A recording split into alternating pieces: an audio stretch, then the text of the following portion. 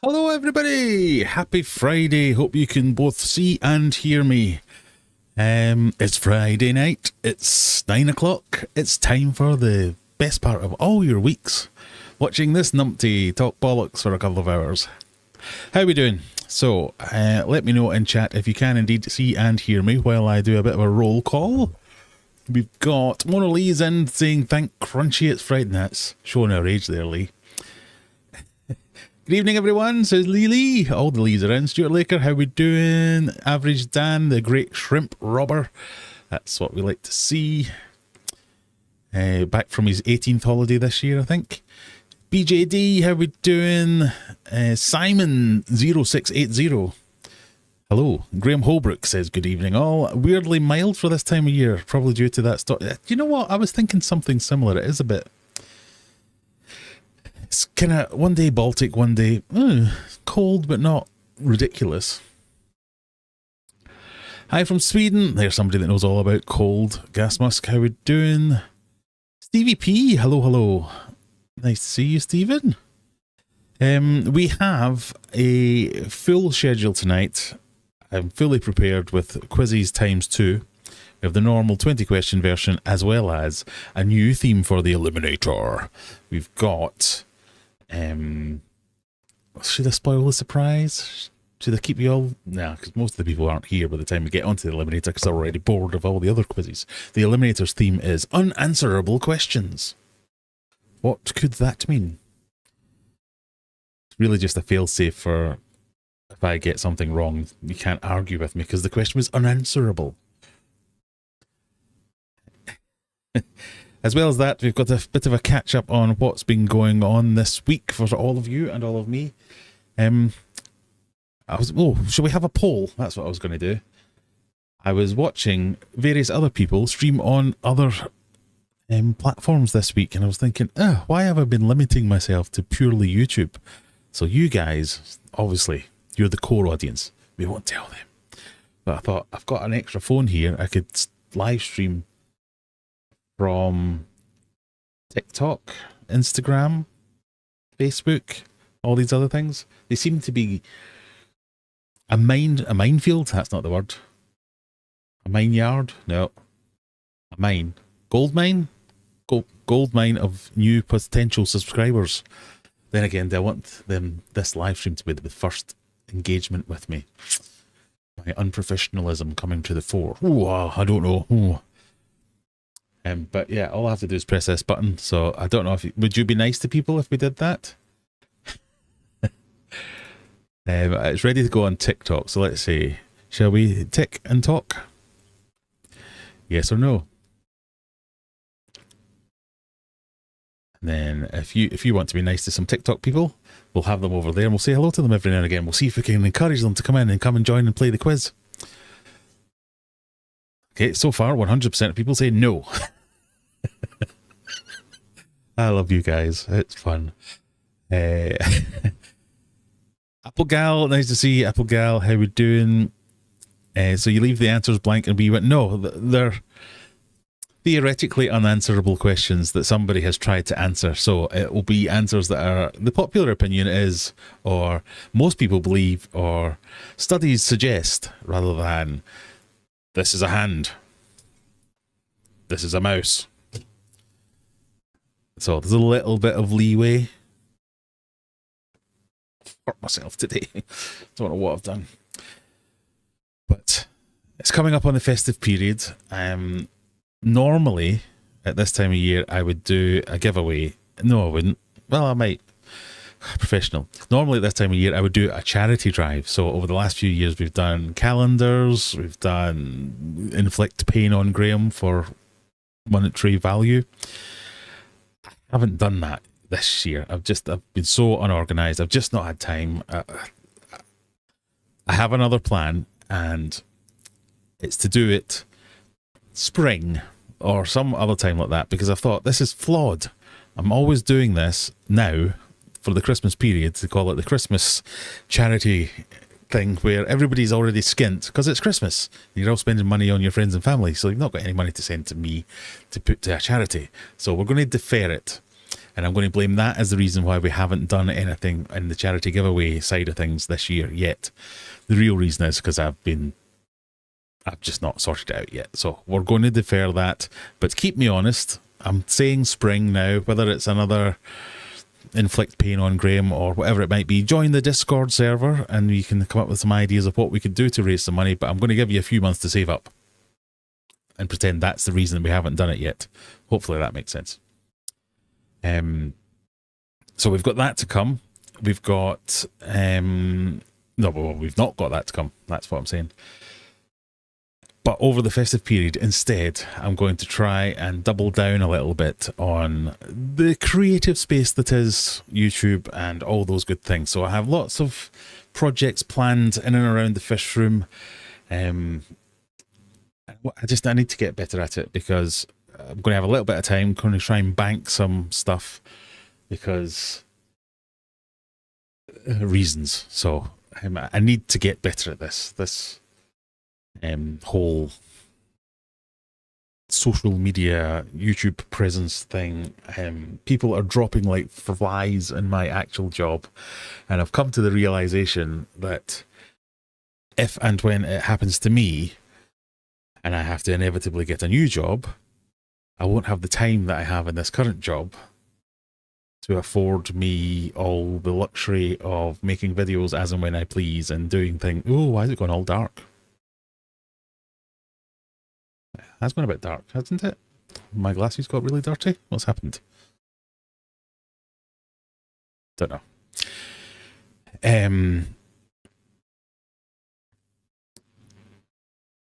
So have kind of connect with the realization that I might have to give this up should that happen, and I don't want to do that. So I want this to be.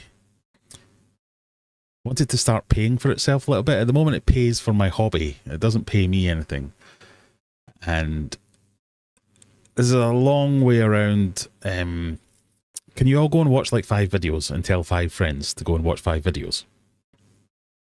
That would please me greatly and possibly help. Because if I lost my job at the moment, this barely covers 5% of my income, so I need to get much, much better at this if I want this to go somewhere. And if I need to switch gears and go into actually working for a living, oh, God knows what would happen. So I'm all ears. How are we going to make this better? I've always been a community thing. I've never been driven by the money. I've never been driven by as much as it's been lovely having lots of followers and lots of subscribers, that's never been the goal. It's all been about pointing a camera at the thing that I'm doing, and that's what you get. I'm going to have to put more effort in. That's what I'm saying. I'm going to have to make this good, enjoyable content that more people want to watch. So as more people watch it and we get more engagement. So I'm going to have to use things like TikTok. I'm going to have to use things like Instagram. I'm going to have to get better at these things.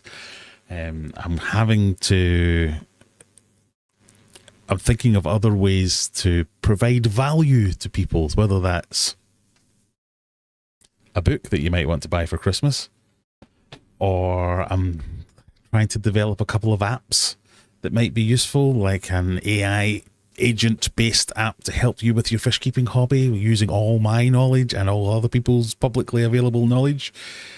That'll be better than some AI developer that doesn't know anything about fish keeping, because I will know about fish keeping, so I'll be able to make it a little bit better. Maybe. Could there be other opportunities in and around the space? So all that kind of thing. So as well as a multifaceted approach to getting better at this shit, basically. Because, yeah, like I say, my proper job, I'm fine. I have not been sacked, but people are dropping like flies and being made redundant and all that kind of thing. It kind of feels like it's only a matter of time. I absolutely hate my job, so I don't know if it would be like the sweet relief of death. But I'm also shitting myself that it would happen because I have 3 kids and a wife and a big fat house to pay for, so that would be a bit problematic. And I'm in a very privileged position that I have 100,000 people who once clicked a button to subscribe to me, even though like 10% of them only watch the videos. There's got to be some way to make something out of that. So there might be 6 months for those of you who have enjoyed my slapdash approach to content creation and tis what it isness. bear with me. I might have to get a little bit more, because I hate it. I hate all that stuff. I don't like it myself. When you see people going, oh, there's my top 5 such and such is, and you're like, oh, fuck off with your top 5 bollocks. But it works.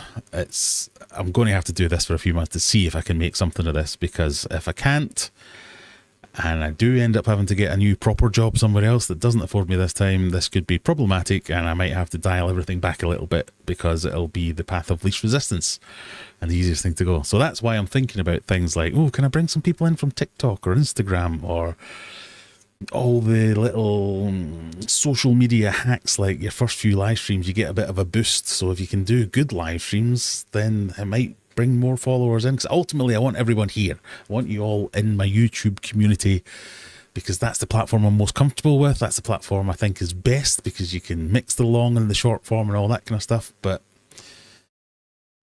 I don't know, I'm doing really well at it, but I'm just not, the money's not coming in.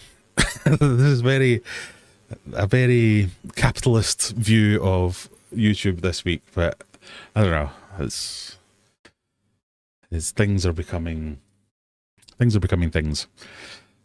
So I'm starting to think about it a little more deeply. So that was one of the things I thought about here was, can you help me? What can I do better? What do you like that I do? What don't you like that I do? What do you think I should be doing? What's going to drive more people away? Because often when I have these sorts of discussions with you guys, who are my core audience, you've been here and you've seen all my shitty nonsense. And often I get advice, oh, don't do this, don't do this. And I'm like, yeah, don't do that because the big 5 do that. And I'm like, yeah, they're the big 5. If I want to get anywhere near that, maybe I should do that for a while. So I don't want to piss off you who've invested time in me, and then just to bring in someone else who's, oh, I will, impossible. Who knows? So I'm going to shut up about it. So that was the idea behind the whole TikTok thing. Can we, if I'm doing a live stream anyway, YouTube absolutely hates, so you know, these multi-streaming platforms like Restream and all that kind of thing, where you press one button to one system and it all goes out. YouTube hates that. So I don't want to do that, but I've got a spare phone. I could be saying hello to people every now and again, and yeah, who knows? Fancy mouse. Fancy mouse. Fancy mouse. Fancy mouse. I don't know what that means. Oh, fancy mouse. It's not that fancy, is it? It's just a mouse. This is the kind of epic content I want to drive people to the channel with. I don't have TikTok on my phone. I'm old and crusty. Hey, that's fine. And it's to bring in the people who haven't realised I'm on YouTube. There's something for everyone. Who knows? Chouse have blue tongue. I heard that somewhere before. I'm not sure how true that is, though. For those of you who are quite new here, this is one of my epic fails where I mistook the colour of a chow chow's tongue. Applegal says, I think you just like, I do not like pain. It was not nice. Any of that stuff for the last, was it the last one? Yeah, it was the last live stream. I was in a whole world of pain. But you know, I was doing it for the charity. I do try and do nice things, not just for me as well. I have given away hundreds and hundreds. I've given away over £1,000 in the last few years in all the charity drives that we've done. So, you know, it's been useful. Dan says we'll have to teach you how to. I would love that, because I feel I've figured it out now, though. I figured out where the messages go. So you'll be pleased to know that anybody who sends me a message on Instagram, I will be able to find it in less than one business day. Oh, sorry, I just got a message from my daughter who's buying me a Christmas present. Nope, buying her mum a Christmas present. Sorry, everyone, bear with me. You know, professional, I've just got to answer this because she's my daughter and cannot wait. Or if you're watching, yeah, that's fine. Instagram lives are very sketchy, always buffering on me. I know, well, that was the idea of doing them all at the same time, because then you're already here. It's for people who aren't already here. So you won't miss out on this quality content. It'll be for other people. Somebody's done a thing. What's someone done? Average Dan has become a member. Thank you, Dan. Do you use a video editor as in like a person or a tool? I don't use a person. I am the video editor. but I do use video editing tools. I'm kind of in. I'm on the fence between. So I've always used what I call Sony Vegas, because that's what it used to be called, but it's actually called Vegas because Sony sold it as my editing software of choice. But I've started using CapCut quite a lot because it's really good for the shorts and stuff, because it does the auto captions and everything. But it's a bit of a learning curve. Stephen says, I just started my new job on Monday. I'm going to have less free time during the day initially, but eventually settle into a routine again. That's kind of my worry, that as much as I bitch and moan about how terrible my job is, I am quite senior and can do what I want and work from home. I can't guarantee I'll get all those things. If nothing else, if I was to start at a new company, I'd be the new guy. So it's not like, so if now somebody phones me up and says, oh Graham, I've got a big problem, can you come to this meeting? I can go, no, and be fine about it. I can't do that from the new guy. And I'll quite happily, we have a problem with something, I'll tell someone what the problem is and I'll make them do it again, or I'll say, or whatever it is. I have a level of experience. I just know everything. God, what a dick that sounds like. Because I've been here so long, I just know lots of things, and I won't know though, and that's kind of my skill now. So the longer I've been here, the less I've actually done stuff. I don't push buttons anymore. I don't build servers. I don't make networks. I haven't done for years and years and years. I kind of just know stuff now. And if I start somewhere else, I won't know anything. I mean, I've got loads of qualifications and stuff like that, but I haven't done any of it in anger in a decade. So, I don't know. I'm feeling very anxious at the moment because there's lots of people getting made redundant all over the place. And I generally have a general level of disdain for my work anyway. There. Stop moaning, Graham. Can you not do more crypto trading? I could, yes.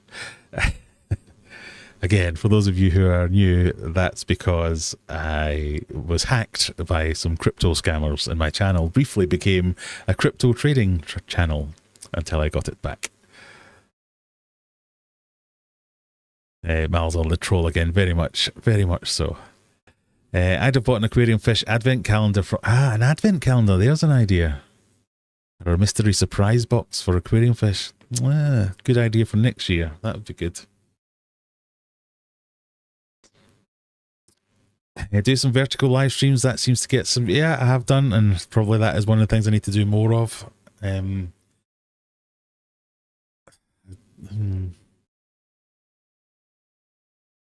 Time is a factor, because the reason I do this now is because I have carved out a 2-hour window on a Friday night where I can do my live stream, and that's it. Everything else fits in and around stuff, rather than I don't have all day to make a video because I'm at work all day. So I can't do a live stream. I've done some vertical live streams off tanks and stuff, so I've just had them on in the background. They kind of went meh, so I don't know if people like them or not. It's one of those things. You need a USP for the channel. Yes, a unique selling point. And I used to think my USP selling point, my USP was that I didn't really care and I wasn't your typical YouTuber, and it was just, these are the jobs I'm doing, so therefore... Oh, my balls. Oh, my balls. Thank you, Stephen Brown, very much. So my USP used to be a level of genuineness. There was no sheen. There is no strategy there. So it's got me this far, and I shouldn't be complaining. It's got me a lot of subscribers, but they don't hang around. So I need something that converts those people that click the button to hang around for a bit longer than the one video that they click about Temu and then go, oh, I only like shopping at third-rate Chinese rip-off sites. I'm not going to watch this video about peacock bass. So, yeah, I do. You're right. I probably do need a different USP, or to expand my USP. TikTok's worth exploring, I think. How's the poll doing? Apparently, you and I are in the minority, Stephen, because everyone else says, no, it's not worth exploring.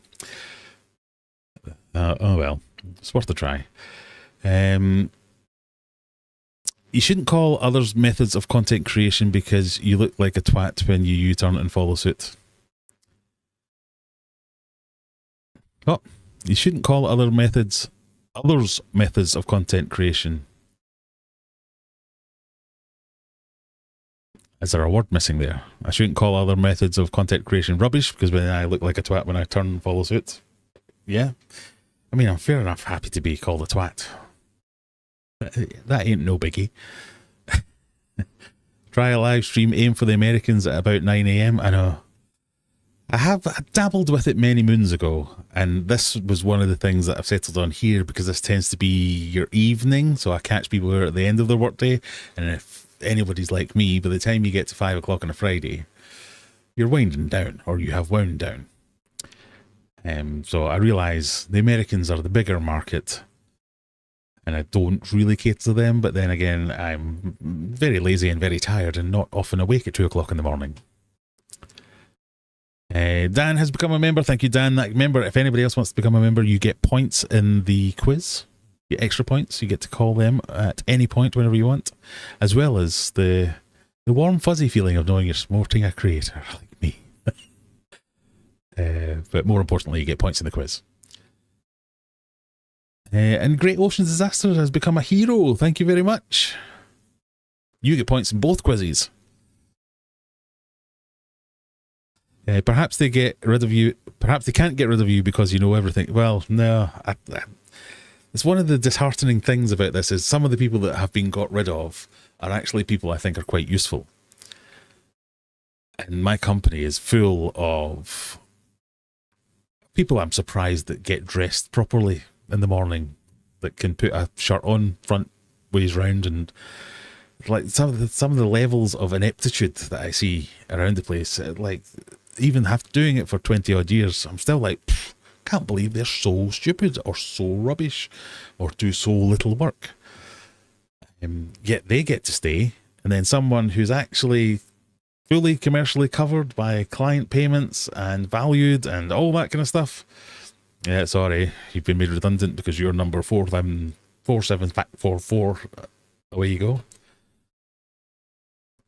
So it's weird. So I don't think it's a personal thing. I think it is just a random finance guys like that or HR guys going, that one, they can go. I don't know. Candy has come in to take the piss out of me. Thank you very much, Candy. I know everything about a very small niche part of my world. If I knew everything, that'd be so much easier. Yeah. If you want a job at the big green supermarket, I know I got. Well, yeah, I might have to. Oh, my balls. That would be it. Yeah.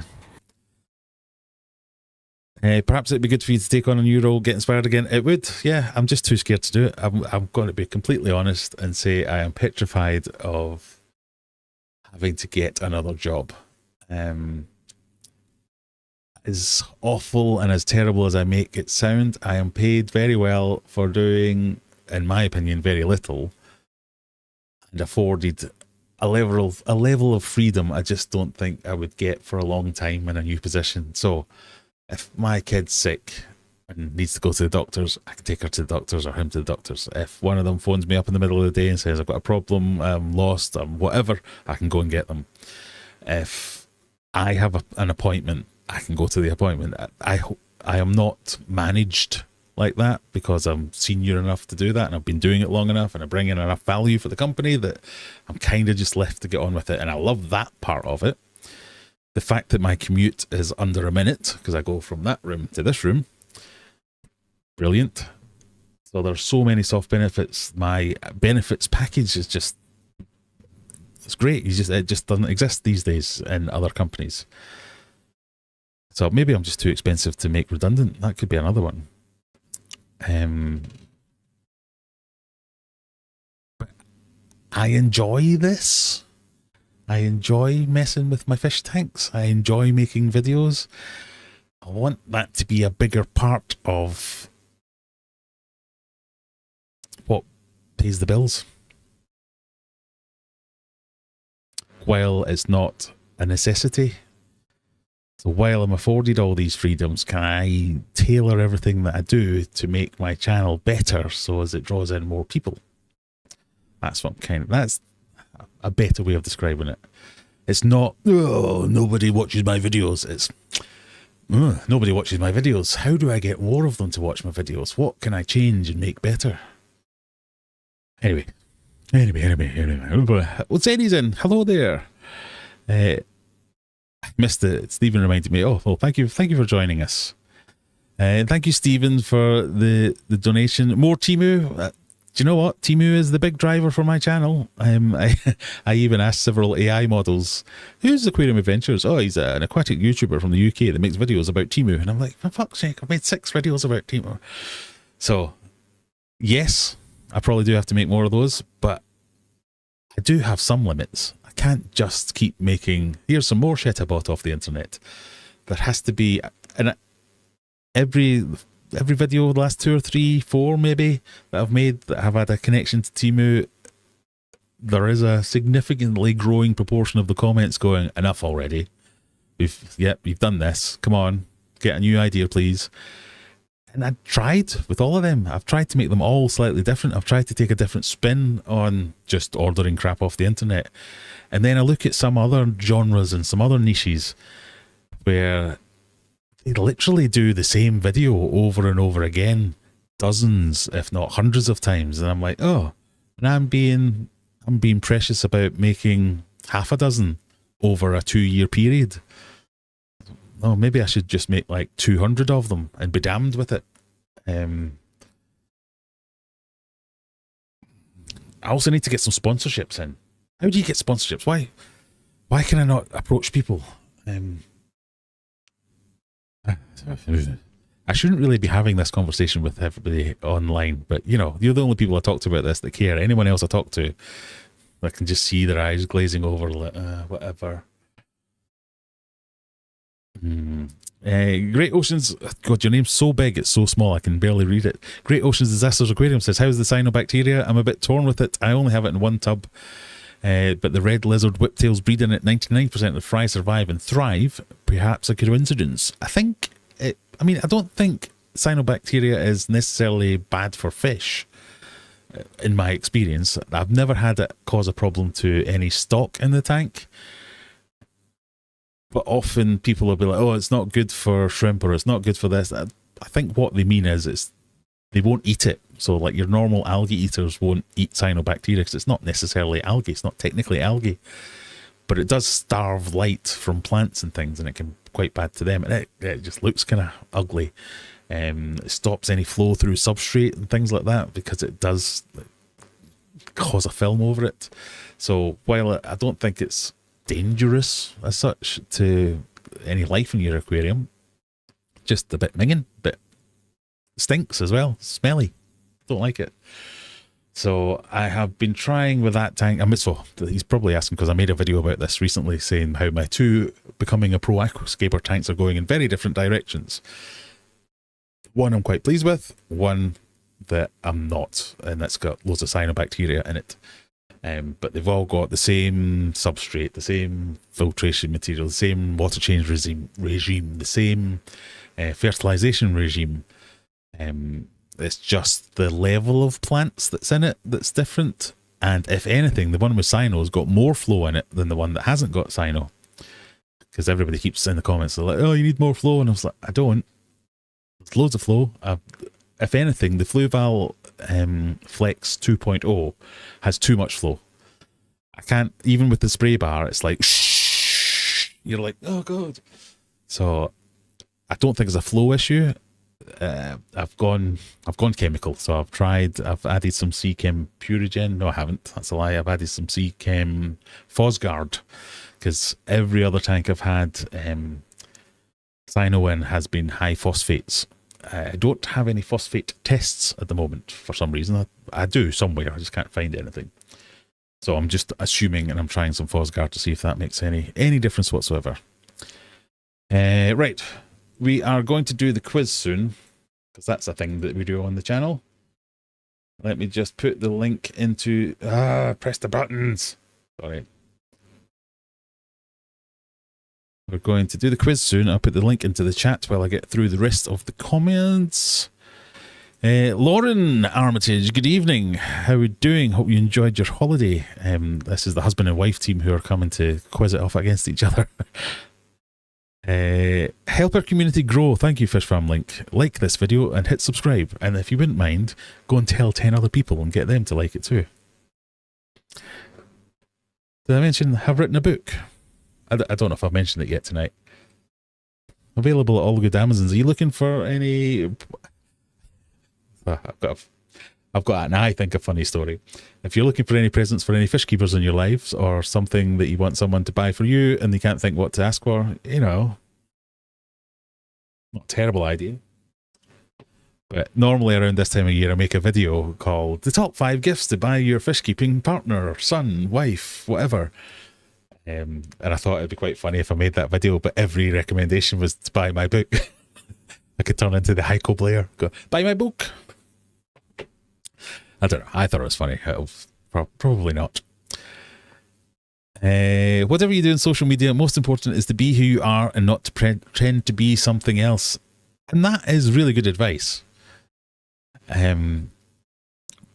But there are also plenty of people who do play characters, and there are plenty of people who do play the game, and there are plenty of people who do a certain type of content. So I think whatever I was to do, it would be too difficult to play a character. It'd be too difficult to put on an act. I think most of you who have met me, this is what I am like. And I've always said my shtick is I'm doing what I'm doing, and it just happens to be a camera pointing at me. It's as simple as that. It's too difficult for me to not be myself. I think I now need to try and be myself plus. That's the thing. Zenny says, I've worked with several people that I wondered who tied their shoelaces. Yeah. So, without naming any names, we have a team called the SOC, so the Security Operations Center, who published their raison d'etre, the reason, what they exist for, what their purpose is, why they exist. And it literally had like a one-line mission statement of, in fact, let me look this up so I don't get this wrong.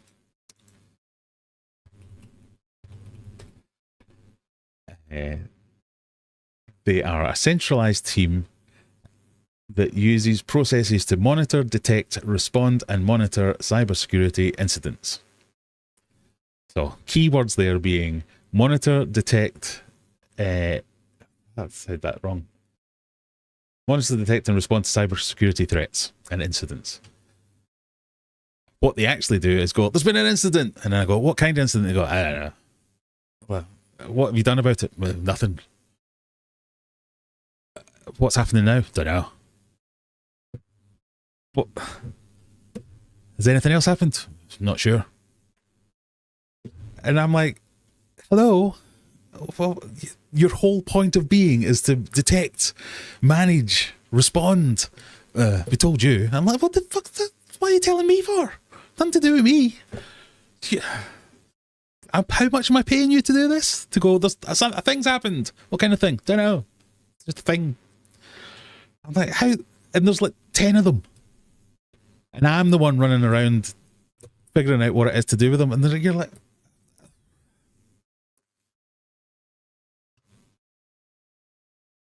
But yeah, I just imagine half of them, because we don't really do cameras in my company.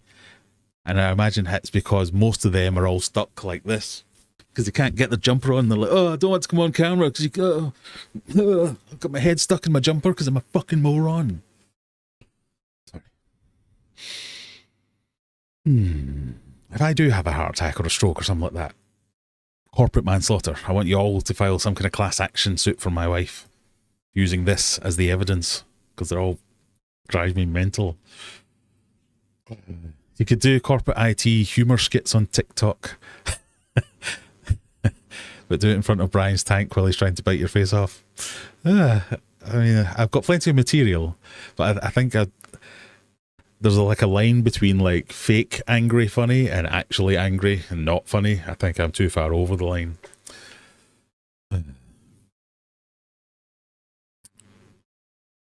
I know it's channel suicide for small channels to promote a video, but surely the right countries picked for promoting a big channel would work. You turned into Yoda, Mal. What? I don't understand what you're saying. I know it's channel suicide for small channels to promote a video. Oh, do you mean like the paid promotion thing? But surely the right countries picked for promoting a big channel would work. I don't know. So, I mean, I did it last year. Was it? Yeah, it was probably a year ago now, where there was a promotion for promotions. When they first brought it out, there's a promotion for promotions, and I thought, it's from YouTube. It can't be dodgy, because there's loads of ways you can pay for views and stuff like that are just dodgy ways. And they came out with a thing that said something like, if you pay £200, we'll give you £200 free of promotions. So you got like 400 quid's worth of extra promotions, and they would show you to more people. And I was so pissed off because I did it, but I did it a piecemeal because I didn't have 400 quid lying around. So I let 1 month put in £50, another month put in another £50, and then just as I was about to get to the limit to claim my free views, they ended the promotion, and I was like, you bastards, you've done me out of twice the amount of views. I mean, it did work. It got me extra views. It got me extra subscribers. I don't think many of them stuck around that long afterwards. But with all these things, I think it's much better to get the... Why have I gone dark again? What's going on here? With all these things, I think it's much better to get the organic growth is way more valuable than any kind of paid advertising growth. But that said, even the biggest companies in the world pay for advertising. So I don't think you should have any qualms against about promoting in general. So you making a Facebook group, and that's a way of promoting your channel. You going on to other people's Discord servers and sharing your videos, that's promoting your videos. So there's nothing wrong with promoting your videos. So I don't always get the negativity from people that say, oh, you shouldn't pay for promotions. Oh, you shouldn't pay to advertise. Well, why not? Every other company in the world pays to advertise. The reason people get to know you, unless you're very, very lucky, is you've advertised to them. You've found a way to appeal to them and get them to come and look at your stuff. It doesn't really matter, I don't think, what the way is to get them to look at your stuff. The problem for us, for the smaller content creators, is my budget is vanishingly small. Again, this is nothing new. My priorities are like house, kids, mortgage, same thing. But, you know, like monthly bills, paying for everything, heating, housing, hoeing, feeding. Fish is above YouTube empire. And then whatever's left at the bottom is usually a negative number, so there's not much to play with. I'm pretty sure Dan wants a big fish tank in his garage. That might be a good video for you. Hey, if Dan wants a big fish tank in his garage, I know a guy who makes big fish tanks. I'd happily come and help you out with it. And felt that bloody light again. See, if I was a proper YouTube channel, I'd have replaced that light. Just going to keep hitting it every now and again. Get fucking thing back on. Professional. Right. We are way behind. So I'll put in the channel.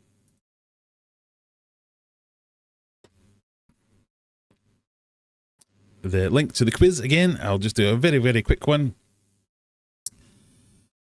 Hello, first time being able to check out the live stream from the US of A. Love your channel. Thank you very much. Aquatic Exotics, it's nice to have you. Please go and watch 10 videos. Make a list of chores. Do a spring cleaning video. Good ideas. All good ideas. There is the link to the quiz if you want to play. That'd be great. Just for fun, free. I know I've done a lot of... Please watch my things. The quiz is just for fun. It's all free. An excellent book, may I add. What, this book? Available now from all good Amazons and my website if you want a signed copy. You know, a wee Christmas stocking filler for someone, maybe? Children's book coming soon.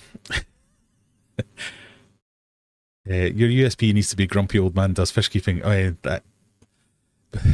that's just natural. Again, I'm just me being me. Juggler's in. How we doing, Juggler? Evening, everyone, says Ewan McDonald.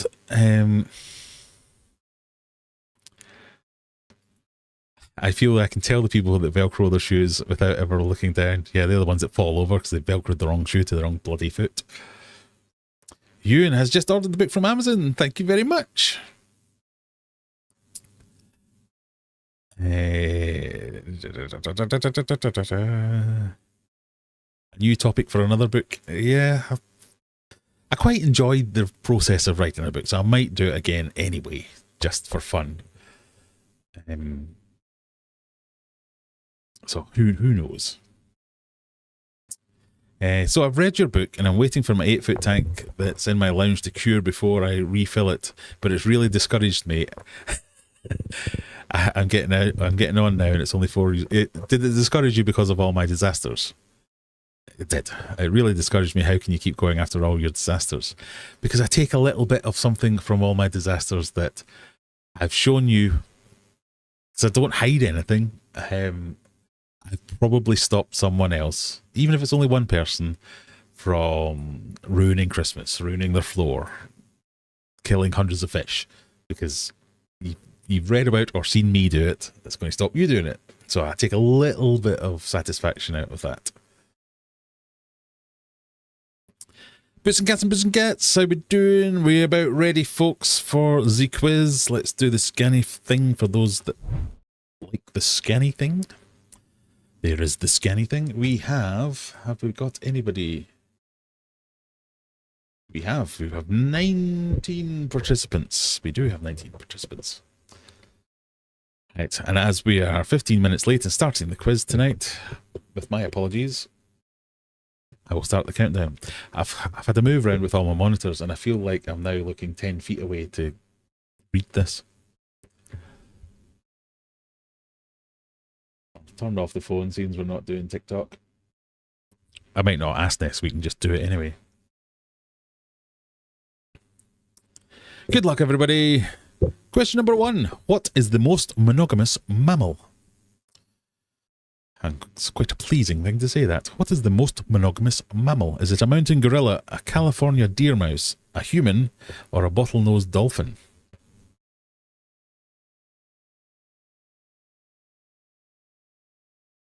I've not even got halfway through my beer, which is a Bro Lager.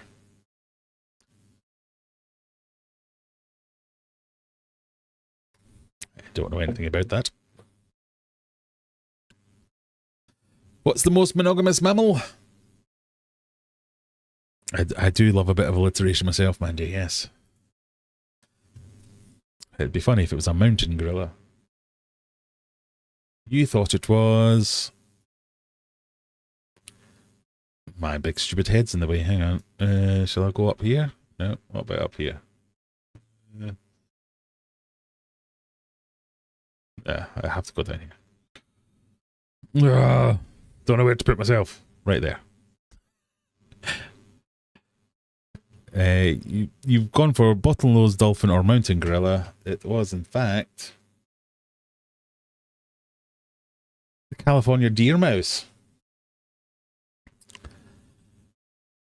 Scientists say they form inseparable lifelong bonds. At 66% monogamous, humans score surprisingly highly, far above chimps, gorillas and dolphins. In last place was Scotland's soy sheep, where females mate with multiple males. Less said about that, the better. Who's the fastest finger there? Juggler, fastest finger, 75 points. Remember, if you are a member, you get an extra extra questions worth of points by typing in !75. Just like Dan has just done. What do points make? Prizes! We'll have to take a break now while I do the maths. What the points make? Prizes! Oh, Lee as well. So, where's Dan? Just average Dan. Oh, that's easy. Don't need the calculator for that. He's got 75 points. Lee. What the points make? Prizes! Oh, I need to get an AI bot to do this for me because it's hard to keep up. Mona Lee, also easy. 75. Lauren, I saw. What the points make? Prizes! Lauren A. Oh, I like it when you all ask for points, but you don't have any. Prizes! Mandy and Stephen P. Okay. Wow. Okay. Stevie P. 0 points. Brilliant. Maybe I'll just give you all points at the start. No, because I thought there'd be like a strategy thing. Mandy, 75. Apple Gal. Oh, yes, another 0 pointer. Is that everyone? Lauren, Apple Gal, Stevie P, Zenny, Dan, Mona Lee. Yep, I think we're good. Question number 2. In darts, bed and breakfast, the score of 26 is reached by hitting what in a single turn? Is it 7 and 19, 3, 3 and 20, 1, 5 and 20, or double 13? What is bed and breakfast in the great sport of darts? Your sports ball question for the evening? I think there's a couple of sports ball questions actually. Sorry, Stephen.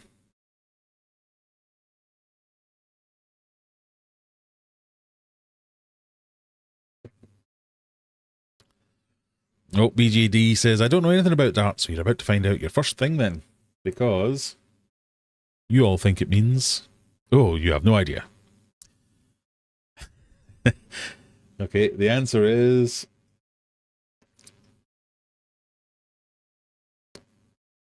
1, 5 and 20, because it's you go for 20 because it's the biggest number, and if you're rubbish you hit 20 once and then you hit to the left and then you hit to the right because you're not very good at darts, and for some reason that's called bed and breakfast. Now you know. Juggler knew, Lee knew, Strabo knew, and Nige knew, as did Garage Gills. Question 3. Which credit card is known for the advertising slogan, "Don't leave home without it"? Is that Visa, American Express, MasterCard, or Diners Club?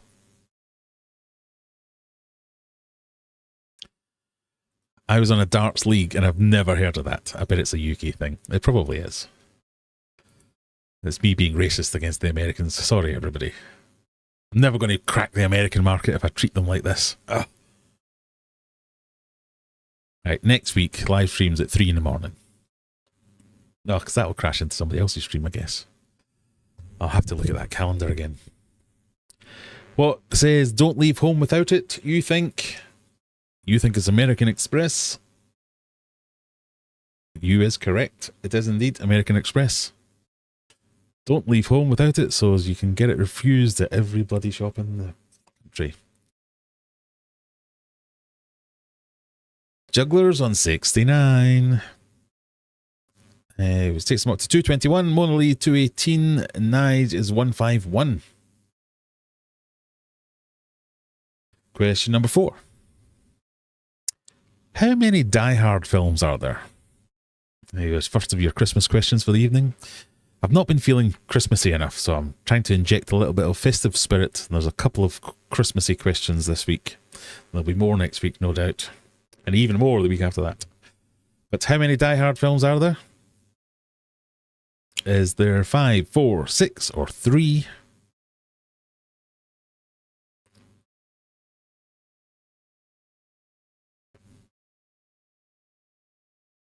Oh, I thought there'd been some studying of Die Hard and you would know the answer to this one.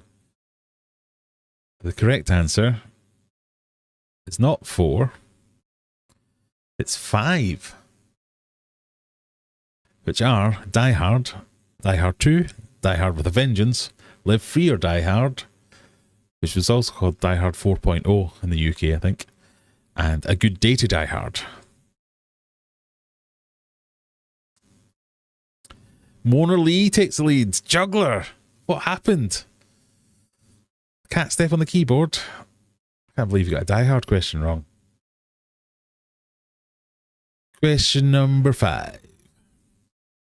A person suffering from cymophobia is unlikely to enjoy what? Dancing, skiing, hiking, or surfing?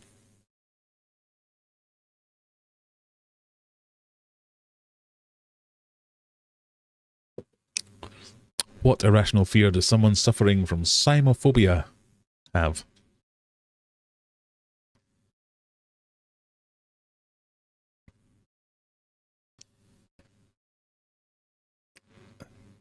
There are easier questions coming, folks, don't worry. Dancing gets the most votes, surfing gets the least votes. It's surfing. Oh, sorry, I pressed the wrong button. It is surfing.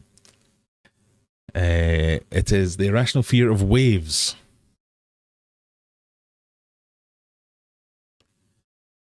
To be fair, Die Hard 4 and 5 are so forgettable they merge into one.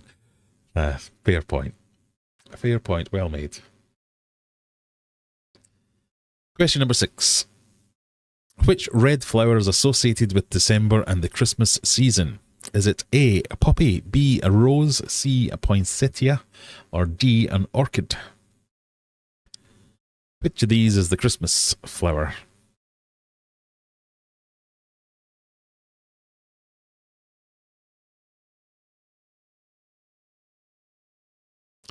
The phobia ones always get me. I know. I mean, of all the phobia quiz questions I've made, I've never known the answer to any of them.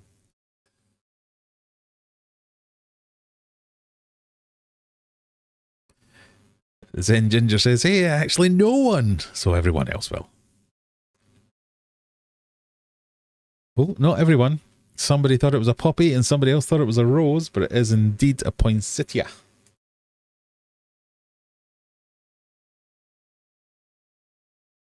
So Juggler remains in the lead. Morley in second. Strabo or Strabo? I never know how to pronounce that. I'm sure I've asked this several times, but I'm usually drinking when I ask it. Strabo? Question number 7. Which of these retail websites offers timed lightning deals during their Cyber Monday sales? Is it Temu, Target, Best Buy, or Amazon? Who has lightning deals as part of their Cyber Monday sales?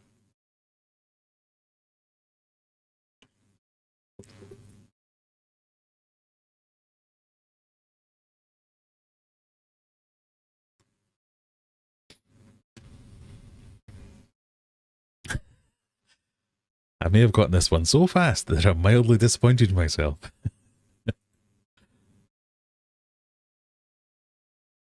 What do we think? We think, whoa. All the other ones get 1, but Amazon gets all the answers, and it is indeed Amazon. They've long had lightning deals during the Prime Day events, but also run them on Cyber Mondays.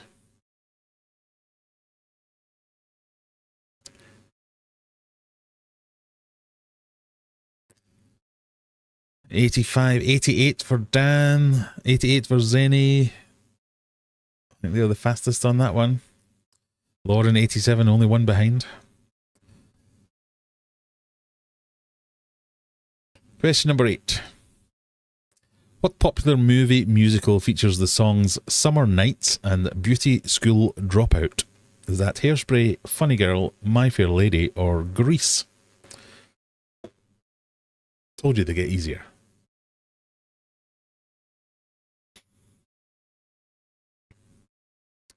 While you think of that, I'm going to hit this light a couple more times.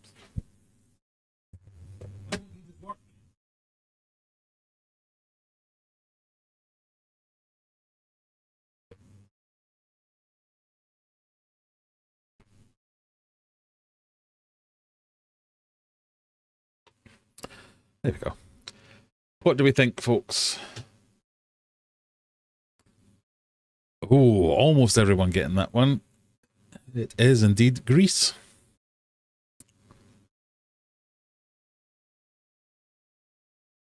Juggler on 88. Getting that faster than anyone else, I think. No, Lauren got it in 89. Question 9. What sport has the smallest fan base according to results just released for 2025? What sport has the smallest fan base? Hockey, volleyball, golf, or American football? It's obviously out of these sports, not all sports.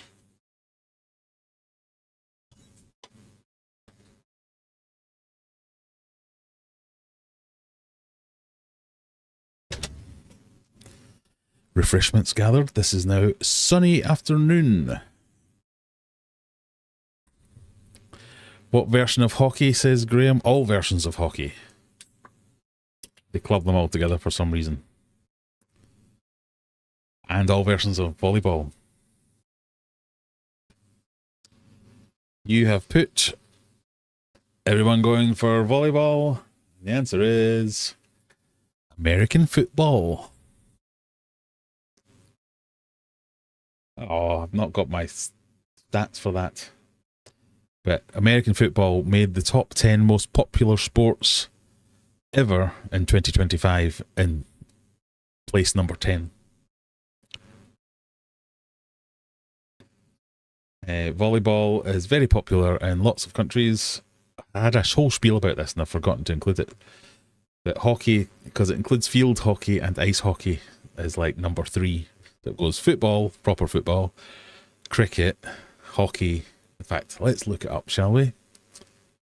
So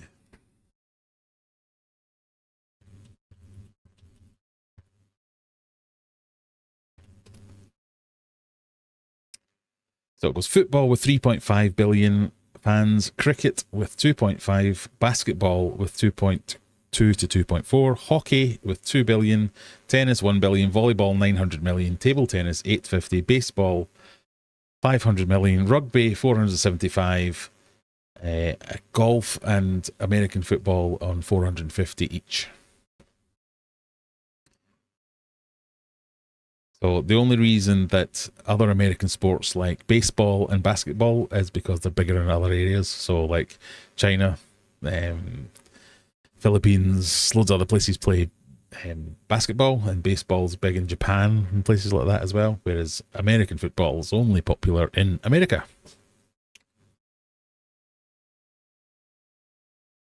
So now you know. That means John gets some points and nobody else does. Well done, John. I imagine John is now sitting at his computer like this. Or his phone or whatever he's doing. Take that. Question number 10. This is your first gambling question. Remember, you don't have to gamble, but if you don't gamble, you can't win any points. Even if you get the question right, you can choose whatever you want to do in terms of points. Here comes your cryptic clue. A festive foray into song. A festive foray into song.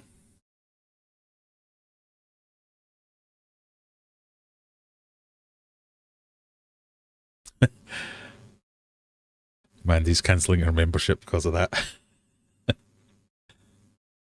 With what green plant are the halls to be decked with in the song Deck the Halls? Deck the halls with boughs of mistletoe. La la la la da da. Deck the halls with boughs of chrysanthemums. Who knows?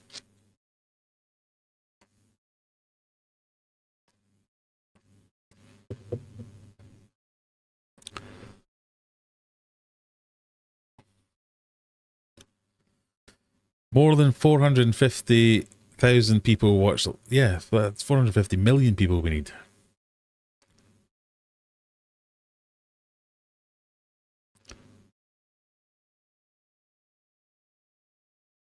La la la la la la la. What do we think? Ooh, most people going with Deck the Halls with boughs of holly. Because it's holly.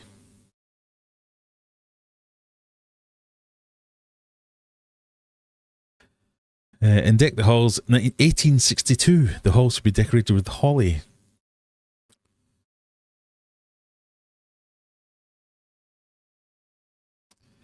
Yeah, I didn't know that. After that, the song implores people to drink by saying, fill the mead cup, drain the barrel. But that was sanitized to don we now our gay apparel. So children could sing it. The more you know. Juggler remains in first place. 11.22, Strabo, and 9.20, Mona Lee. In third place at 8.01. BJD, one of the losers from that one. Unlucky.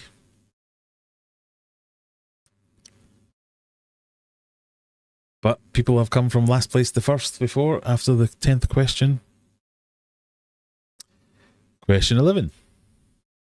What was the first licensed character to be featured on a Pez dispenser? Was it Popeye, Bugs Bunny, Mickey Mouse, or Donald Duck?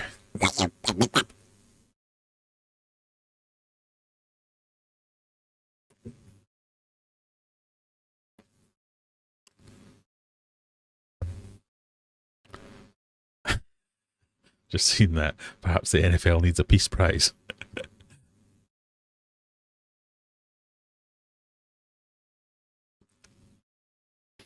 This one should have been a gambler. Yeah, I think there would have been a riot if I'd made this one the gambler.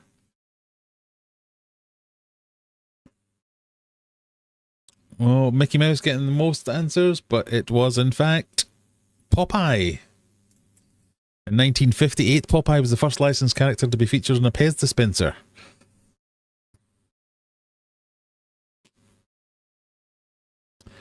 Juggler, Nige, Scat, all getting that one. And mysterious error 404 too. Question 12. What is the original German title of the beloved Christmas classic, O Christmas Tree? Is it O Wacholder, O Apfelbaum, O Tannenbaum, or O Birnbaum? Is it O Wacholder, O Apfelbaum, Tannenbaum, or Birnbaum? Apologies to all Germans.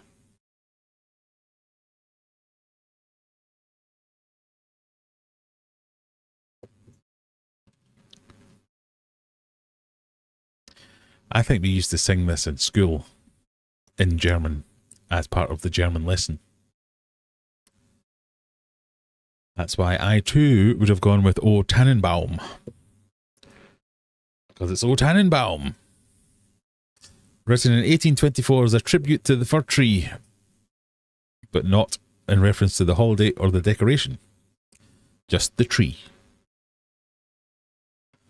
There you go. I've offended 60% of Mandy. I'm very sorry.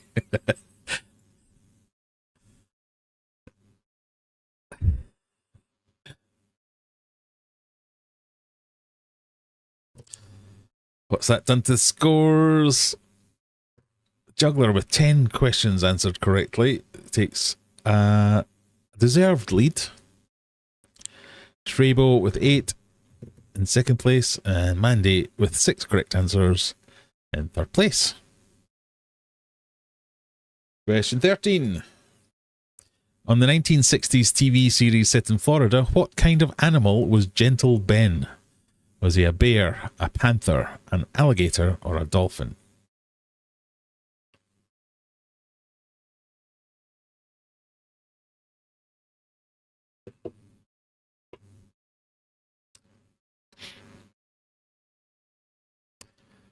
This one's a bit unfair to our younger viewers, if there are any.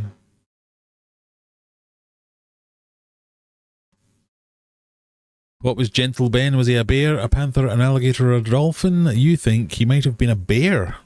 2 for dolphin, 2 for alligator.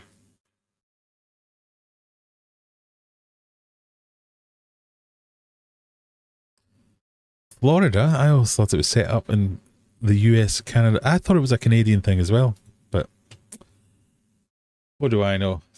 Gentle Ben the bear.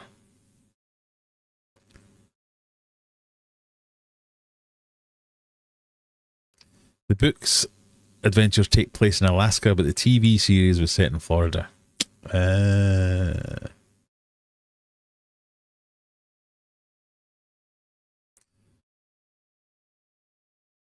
Stevie P and Dan falling into that too young bracket. Question 14. In We Three Kings of Orient are, the titular kings bring gifts to Bethlehem. Which one of these is not one of the gifts? Is it silk, gold, frankincense, or myrrh? And we three kings of Orient are, one in a bus and one in a car, one in a scooter, peeping his shooter, smoking a big cigar. Sorry, apologies. Oh, I forgot about your chicken question, Dan. Yeah, I was going to add in a chicken. Oh no, or did I forget? I might have just blown the chicken question. Sorry. It might be in the eliminator.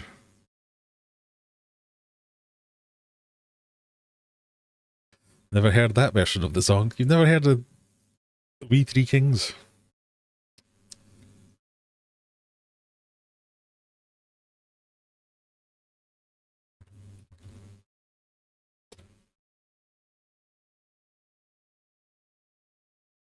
There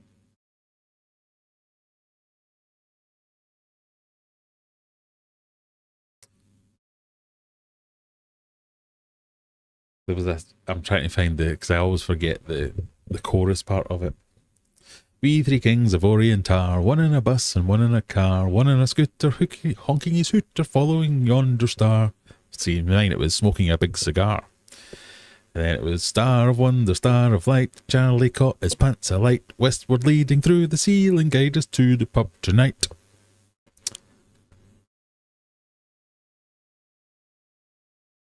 There's something about shepherds washing their socks. I can't see that bit. Sorry. Yeah, serious quiz, Graham. Shut up. The correct answers, well, you thought it was silk. It was silk.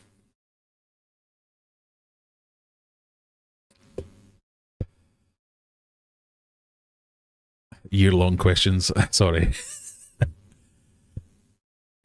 We sang Jingle Bells, Batman Smells, Robin Laid an Egg. Yep, had that one. It's while shepherds wash their socks by night.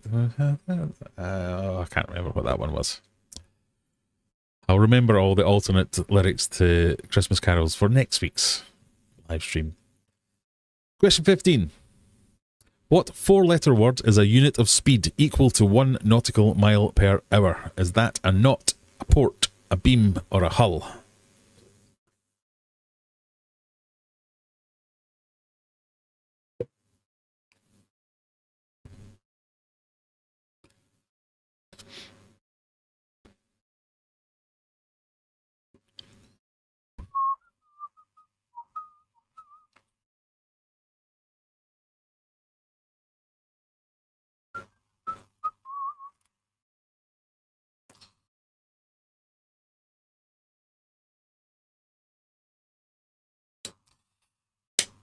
Put you out your misery because you've all gone for not. It is not. It is not. Bloody light.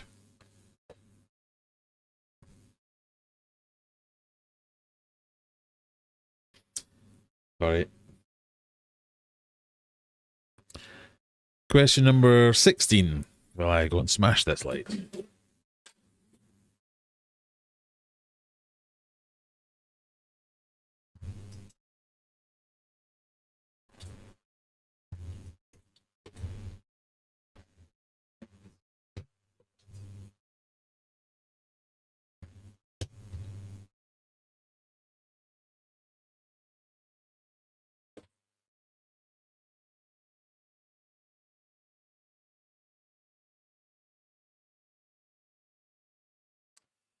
What fish fin did I make up?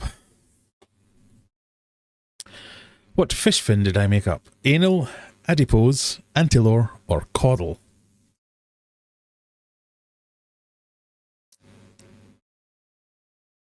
That's your fishy question for the week. You have all gone for antler, which is correct. All the other are proper fins.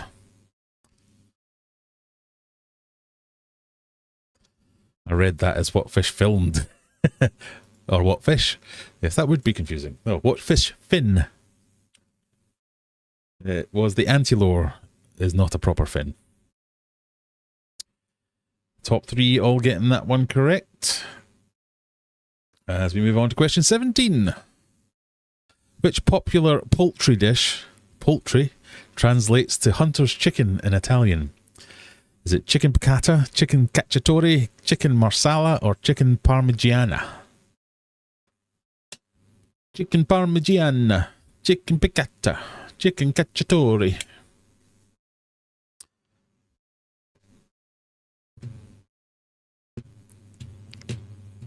Adipose is also a creature made of fat. You calling me an adipose?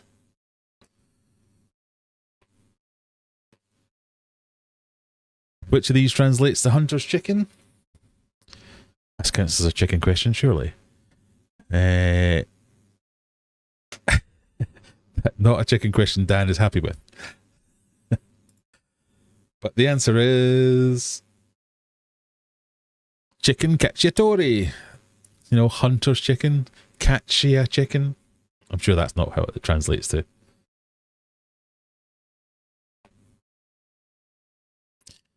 The top two missing out on that one. Zenny moving up to third place.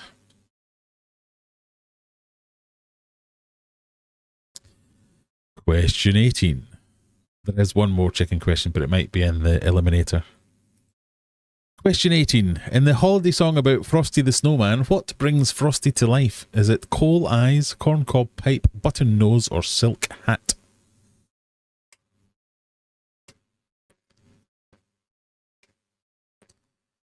What brings Frosty the Snowman to life? Frosty... I'm not going to sing to you all night long. All night long. No, sorry. What brings Frosty the Snowman to life? Is it his button nose or his silk hat? It is... It's his silk hat. According to the holiday song Frosty the Snowman, a magical silk hat that children place on his head causes him to dance around with delight. There you go. Juggler misses that one again and Zenny moves into second place.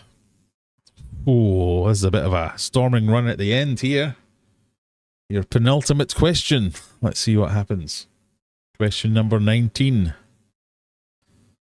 Lando Norris won the Formula One Drivers' Championship this week, but what team does he drive for? Is it McLaren, Mercedes, Ferrari, or Red Bull?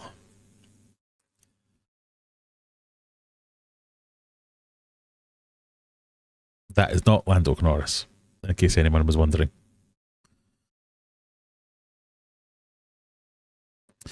What team does he drive for? Is it McLaren, Mercedes, Ferrari, or Red Bull?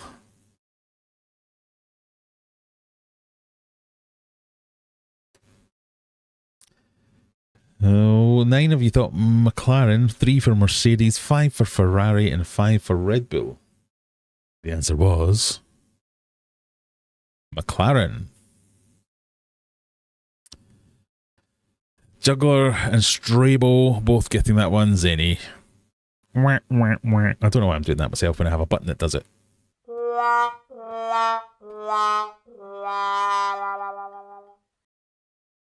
Your final question, which is another gambling question. Remember, you don't gamble anything, you can't win anything, but you also don't lose anything, so there's a little bit of strategy. Here you go. Question 20.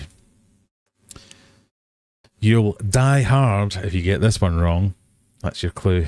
Maybe not quite so cryptic clue. You'll die hard if you get this one wrong.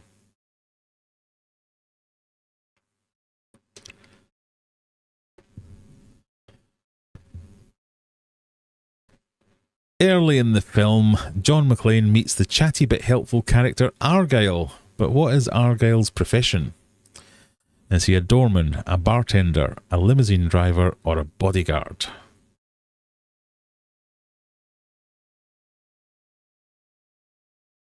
Early in the film Die Hard, obviously, John McClane meets the chatty but helpful character Argyle. What is Argyle's profession? What do we think, people? 2 for doorman, 1 for bartender, 2 for bodyguard, but 17 all of a sudden for limousine driver. There's the theme developing here. There will be lots of die-hard questions for the month of December. Forevermore. So, you know, watch the film, people, if you want to get a few free points. So, what has that done to the scores on doors? Oh, I haven't told you. Hang on. The correct answer was limousine driver.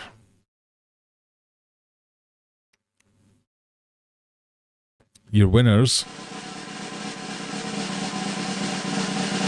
In third place, Zany McGinger with 2,717 points. Second place, Strabo with 2,788 points. But your winner tonight, it's Juggler 3396. Congratulations, Juggler. We need to do a little bit of live spreadsheeting very quickly.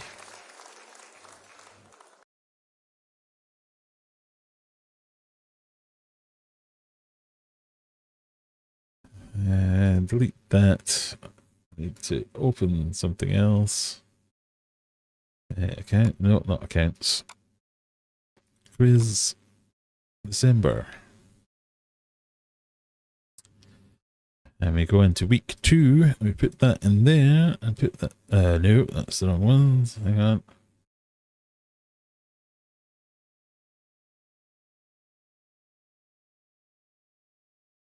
And that means in December we're here. Zany McGinger is in first place.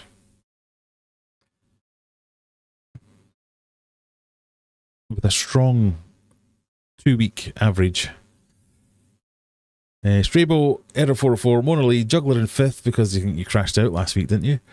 Stevie P in 6th, John, Lemoy, Lauren, and Aquatic and Exotics making up the top 10 so far. We'll see how we get there. Towards the end of the month, and we'll add up all those points and see how we do. I feel like it could be 2. Was there a doorman? Was there a doorman? There technically was a kind of a doorman. I can't believe I haven't watched these. Oh, clearly I haven't. I put words in your mouth there. Clearly I haven't watched these films, says BJD. Clearly you need to over this festive period. Applegal says I need to actually watch the movie. Well, at least the first one. I mean, that's the only mandatory one.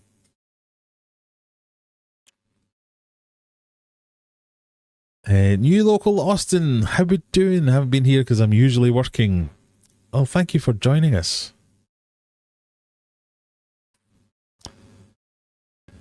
It was fun. I didn't do very good, but still fun. Well, there is one more quiz to go, and this one's slightly different format.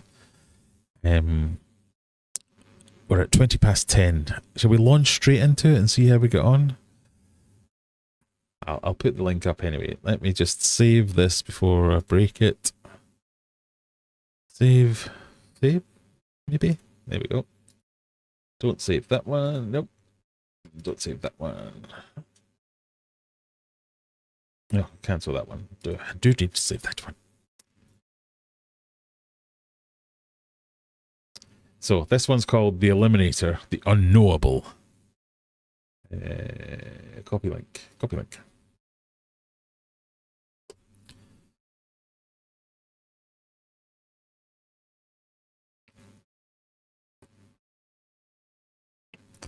And for those of you who like to scan the scanny things, there is the scanny thing to be scanned.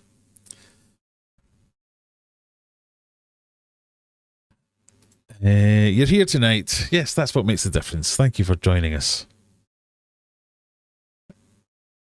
Only 200 points of a difference. Well, that could. You only need 2 points. That's the margin Lando Norris won the Formula 1 World Championship with. Can you wait 5 minutes, please? I will wait 5 minutes. I just wanted to get it up there because I usually witter on about nonsense for 10 minutes and then go, oh, quiz. So if I get it in there quick, you can all join. And I can still witter on for a few minutes.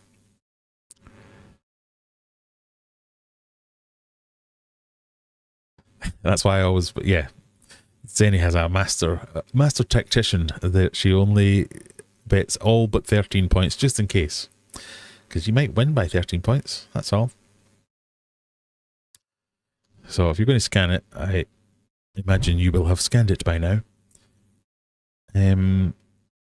After this, we'll hopefully have a few minutes left of the live stream before we wind things up. So if there's anything you want to talk about, I mean, I say this at the end of all my videos, come along to the live stream, ask me any questions you want. So it tends not to be very fish heavy, my live stream, but if there are fishy questions or any interests about any of the things I say in my videos, get them all done. Ask me whatever you want to know. Deign our gravel. Here be, I deign your gravel.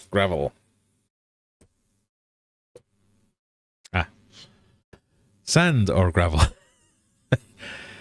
As a preference.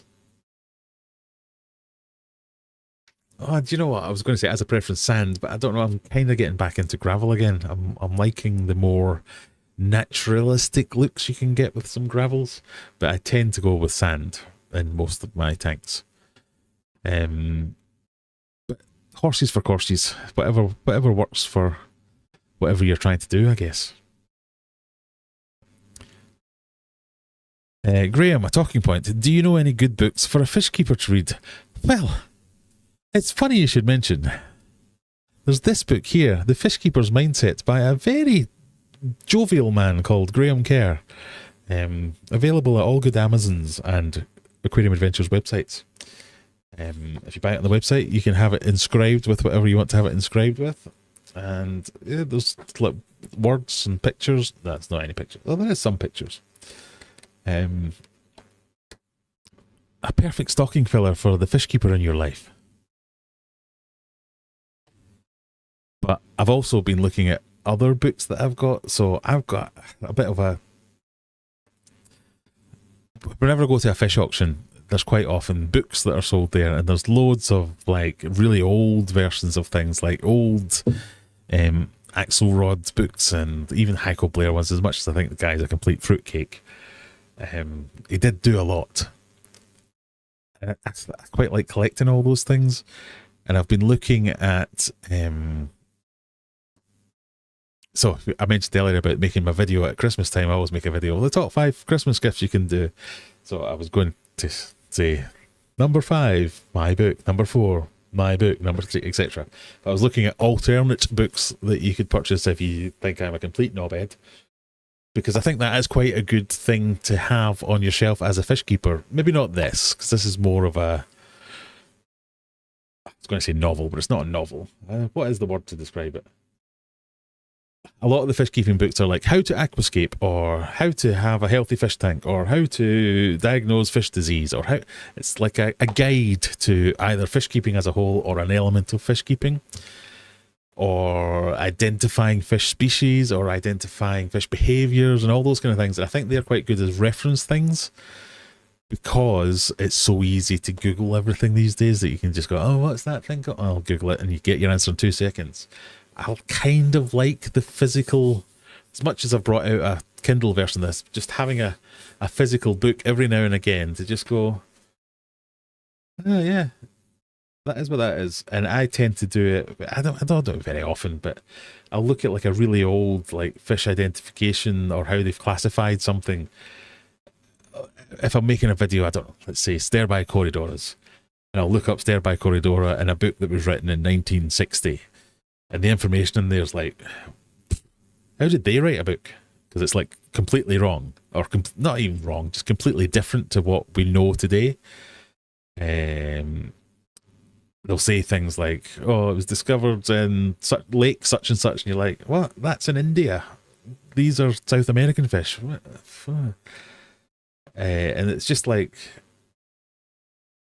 one of the things people always use for like poo-pooing any new technology, AI, for instance, everyone will always say, oh, AI is terrible because it's always making mistakes. And then I go back to a book, which is like seen as the font of all knowledge. If it's in a book, it must be true.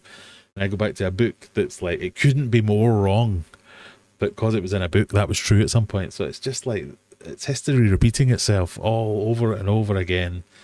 That it's not the medium of providing the information, it's the humans involved in creating the information that gets things wrong. We just do it in a new way now. So it's something I find very interesting. But I do like having old books and new books, because I think there's just something about having the physical thing in your hand and being able to look at it. And quite often, if I'm searching for something on the internet, I'll search up that specific term, like, I don't know, flower horns, how big a hump to get. What a stupid thing. Whatever, I'll search it up and I'll get the information for that particular thing, and then I'm done. Whereas if I look at it in a book, I'll quite often go, where is it there? Oh, yeah, neon textures do this today. Well, I didn't realise they came from that area. And I seem to absorb more information that way. You will not get that from this book. There is no information in here. This is not a fish keeping guide, but I'd still like you to buy it. Hope that makes sense. And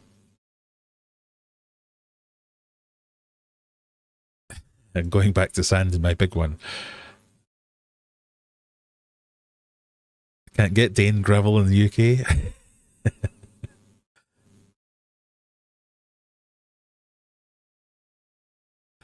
I've read Heiko Blair occasionally used other people's photographs without duly crediting them. I've heard Heiko Blair occasionally used his own photographs. Yeah, let's just say it's a fan of Photoshop was old Heiko.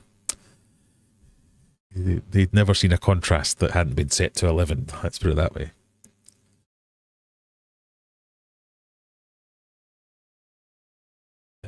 It's an introspection type book. It is. I mean, somebody called it a self-help book. I was like, oh, I've really missed the mark if that's what they thought, because that's not what I was going for. It was more of a... So it's like a story of how I learned how my brain works, if that makes sense, through the medium of fish keeping, and how I think it can teach us as people. It can teach us things. And it just happens to be about fish keeping that I'm using as the way to elicit that. I'm not a very good salesman. I'll never work in sales.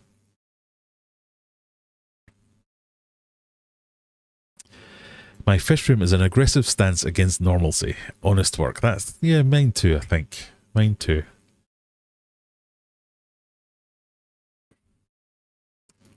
Two books, please. Self-reflection. Yeah, self-reflection, not self-help. I think that's it. It's like, it's the one thing I've done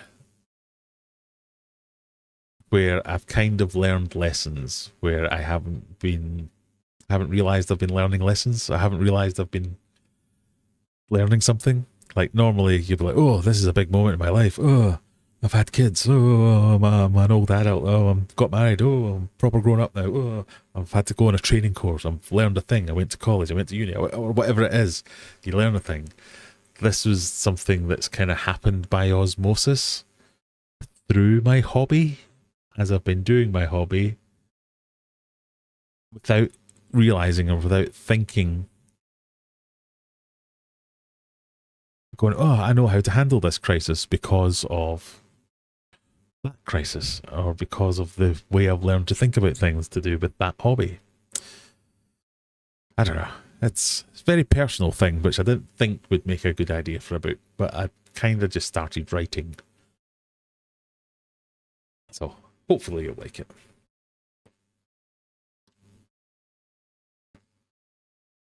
Psychological thriller. You know, that's the twist at the end. Yeah.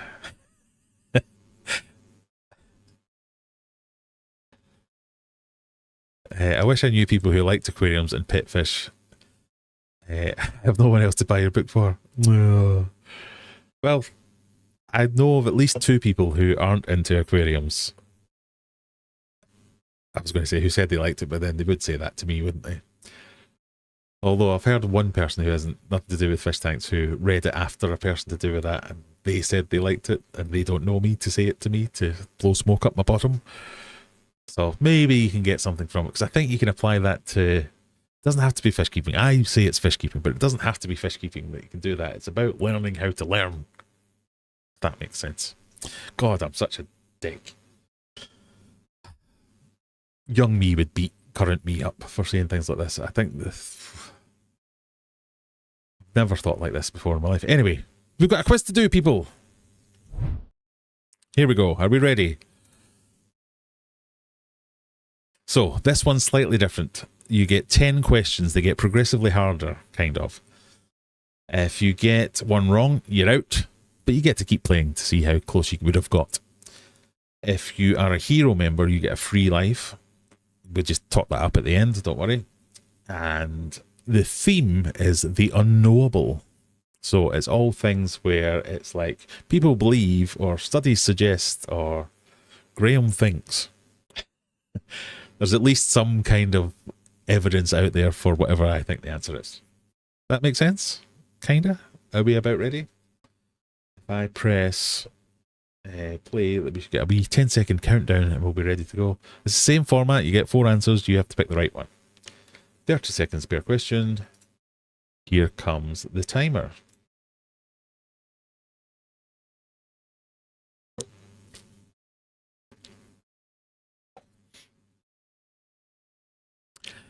Question number 1. What animal kills the most humans annually? Is it sharks, mosquitoes, dogs, or snakes?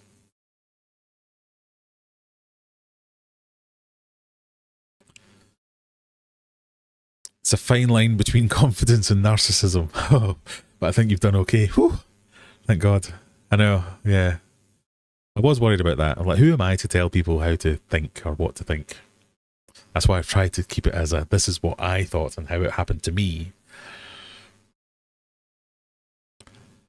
What kills the most people annually? Almost everyone going with mosquitoes. Shall we shame the one person who didn't? Because it is mosquitoes. Mosquitoes cause over 1 million deaths per year, mostly due to malaria and dengue fever. So all these people are still in. Pardon me. John thought it was dogs.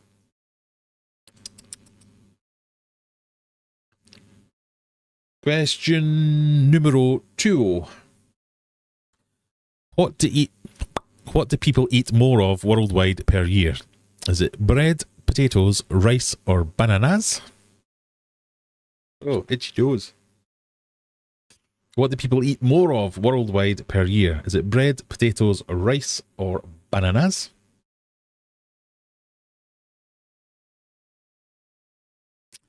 Ah, John was going for a technicality. The mosquitoes don't kill, it's what they transmit that's the problem. Yeah. You're technically right, yes.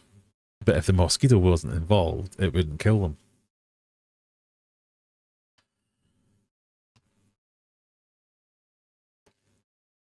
What do people eat more?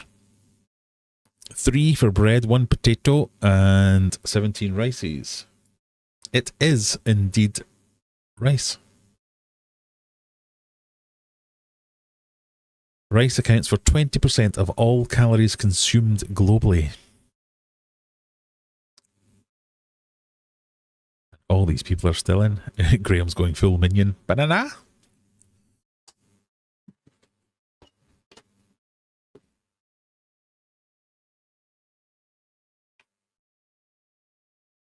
Sorry, refreshment break. Question number 3. What animal is estimated to outnumber the others globally? Is it ants, rats, humans, or pigeons? That's just another way of saying, what are there more of? Well, we go for beer number 3, which is Bebop Fermentary Cop That West Coast Pale Ale.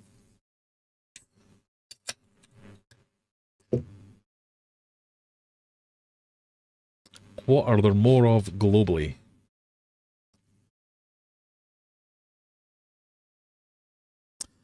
"14 of you thought it was ants, 2 rats, 1 human, and 2 pigeons. The correct answer, by a long way, is ants. Recent unspecific studies, estimate there are 20 quadrillion ants alive at any given moment. That's 2.5 million ants per human.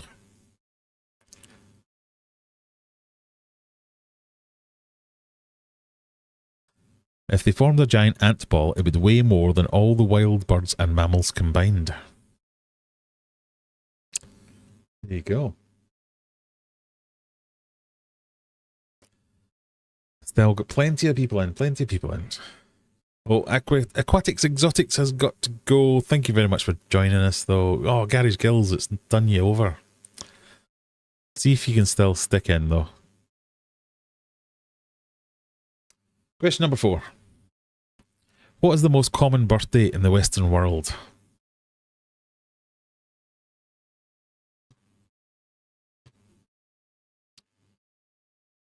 Oh, that's nice. Cop that. West Coast Pale Ale.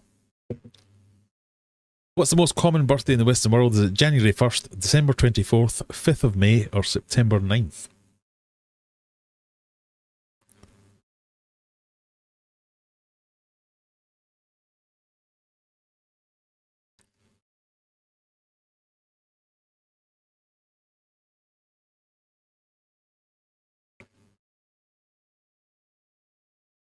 "13 of you going for September 9th. 13 of you are correct.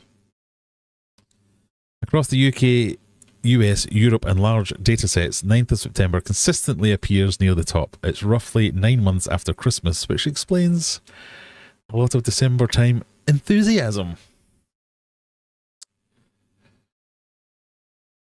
Oh, that's a Christmas present.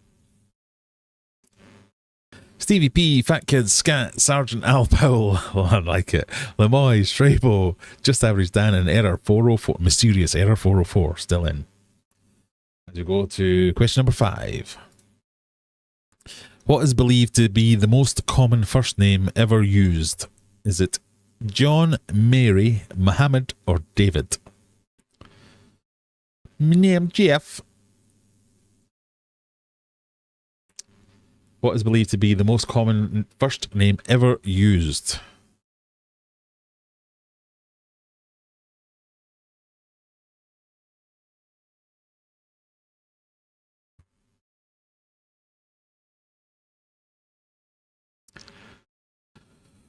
Oh, we all think it's Muhammad. It's Muhammad. Across many countries, all spelling variations combine to make Muhammad the single most common male name on earth. I suspect all the people will still be in. CVP, Fat Kids, Scat, Sergeant Powell, Strabo, and Error 404. So as we move on to question number 6, is where they traditionally start to get a little bit harder. Question number 6. What is estimated to be more numerous on Earth? Is it wheels, trees, cars, or chickens? Another chicken question. Not to say that chickens is the answer necessarily. Maybe it is, maybe it isn't. We'll never know. Well, we will. We'll know in about 12 seconds.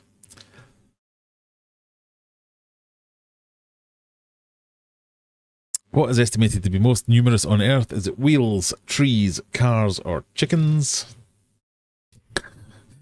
You're going to regret saying that, Mandy. You said, I think we all know the answer here, and I can see what you've all picked and can exclusively reveal none of you do. Because 9 of you have gone for trees, 8 of you have gone for chickens. The correct answer is wheels, that none of you went for. Quite correct, Juggler. How would there be more cars than wheels?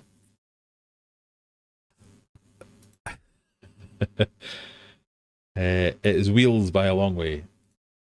Most estimates put the number of wheels in the tens of billions, not just on cars, but toys, trolleys, chairs, conveyor systems, factory robots, bicycles, suitcases. Even Lego alone produces over 700 million wheels a year, making it the world's largest tyre manufacturer. So, I think that means everybody's out. There are no survivors at this point. But we shall play on anyway, because a few of you have hero memberships, which gets you a free life. And we'll go on to question number... I was sure there were just an excess of chickens. There are over several trillion trees. There are more wheels. That's all I can tell you.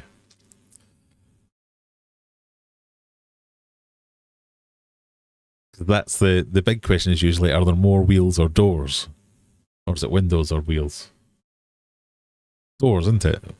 Because doors, there's like oven doors, car doors, cupboard doors, front doors, trap doors.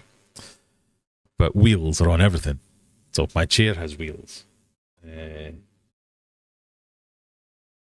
was a short list. That's the only thing I can think of in here that has wheels on it. My car has wheels. Suitcases have wheels. All the things I mentioned earlier. Anyway, moving on. Question 7.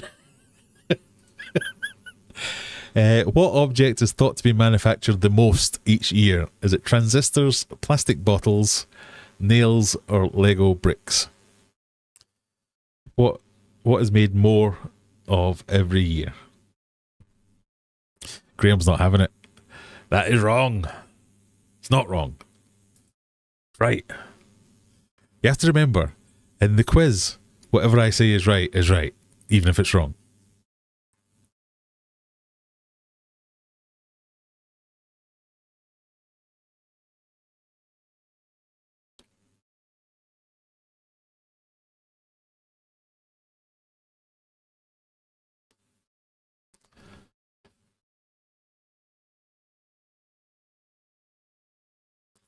There are over 3 trillion trees, and there's 4 trillion wheels, though.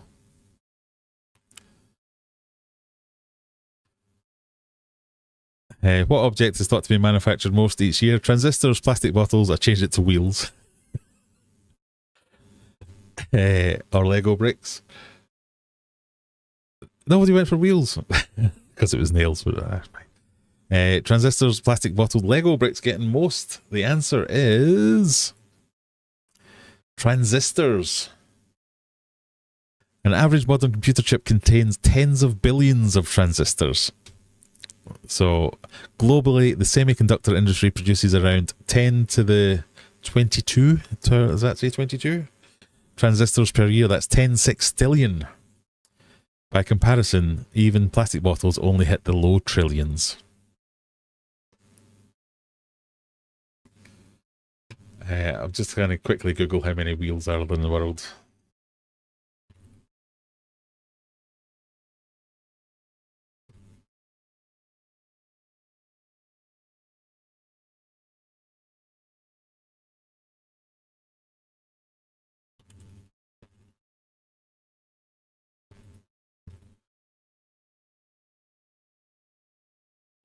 It's impossible to know for sure, but most people argue there are significantly more wheels than trees due to the sheer number of wheels on vehicles and everyday objects, compared to the world's roughly 3 trillion trees with many small wheels adding up fast.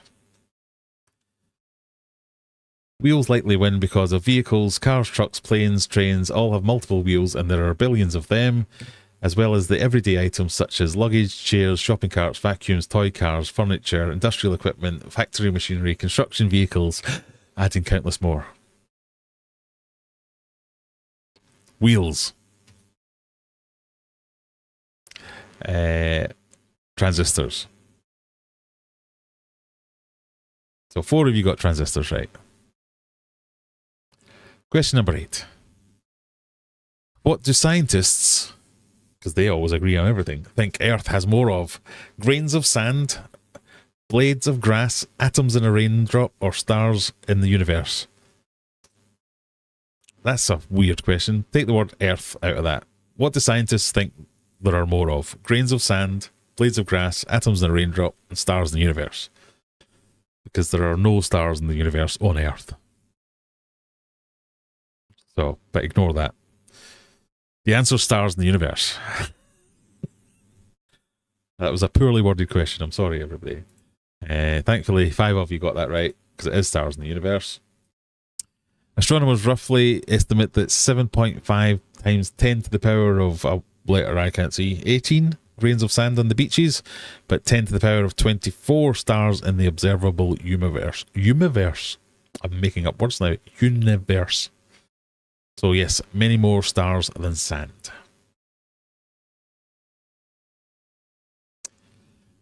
Still no survivors. What have we got so far? The most is Fat Kids is on 6, Apple Gal's on 6, Rachel's on 6, Al Powell's on 6, and Mysterious Error 404 is on 6. So no winners tonight, but first place is a 4 or 5 way tie. Question number 9. What is estimated to be the most stolen food worldwide? Is it bread, fruit, cheese, or chocolate?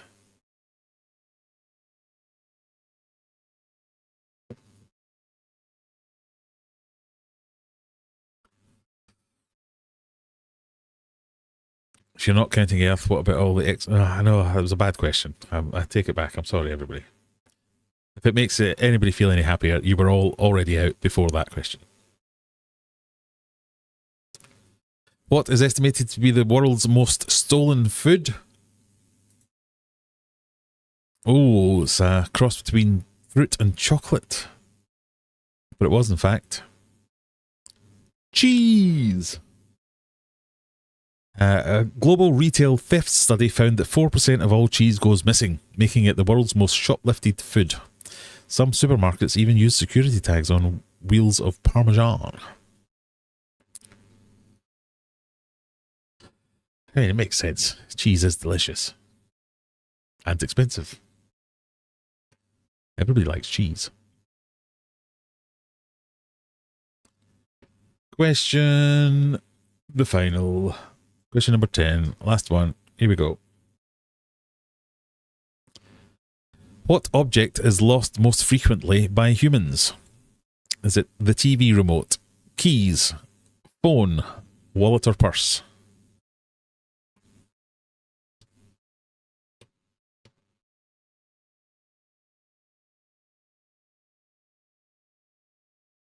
What object is lost most frequently by humans?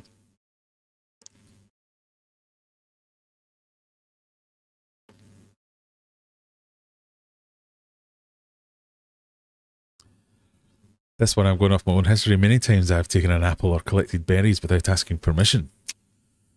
Yeah, but did someone own them, or were they freely available on common land? Because maybe that hasn't been taken into consideration. I think the global retail theft summary has only taken shops into consideration.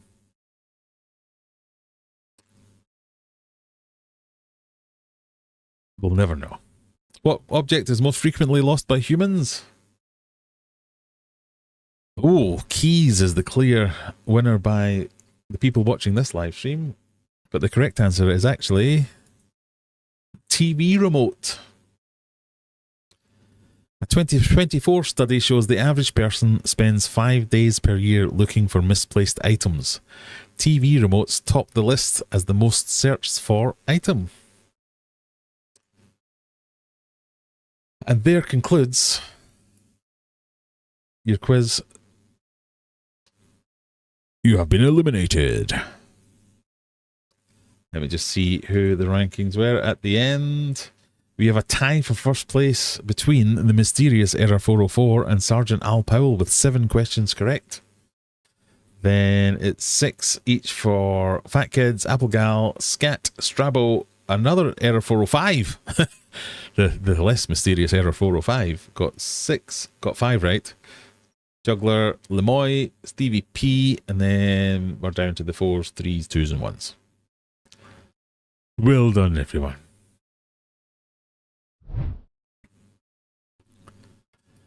Mandy got 2 right. Well, you got 3. You're doing yourself a disservice there. That was a good one. The quiz or just that particular question?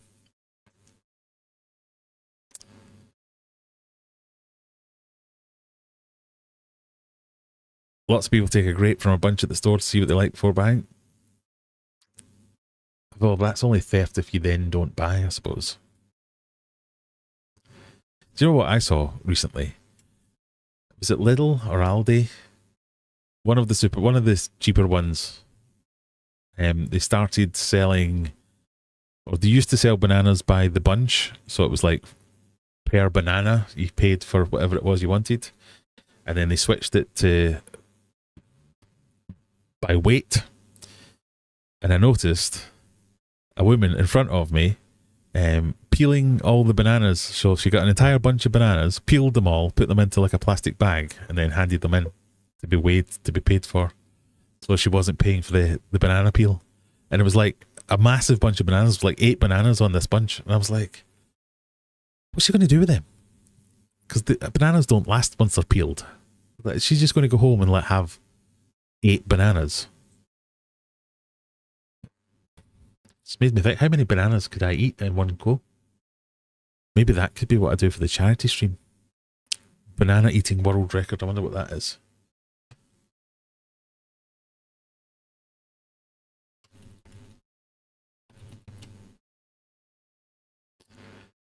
World record for bananas eaten in a minute. Right, guesses. What do we think? How many bananas can be peeled and eaten in 1 minute? It's a record that's been held since 2012. I reckon I could beat this.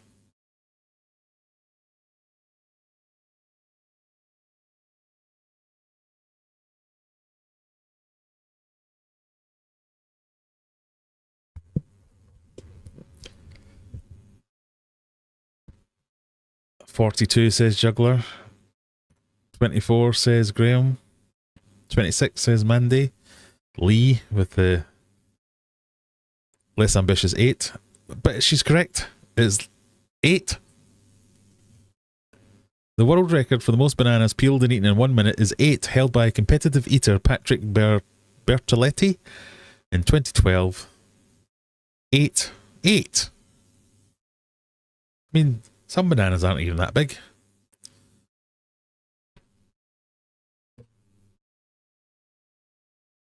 I mean, this woman had about 8 bananas. I would say that was about 8 bananas, and they were in a bag.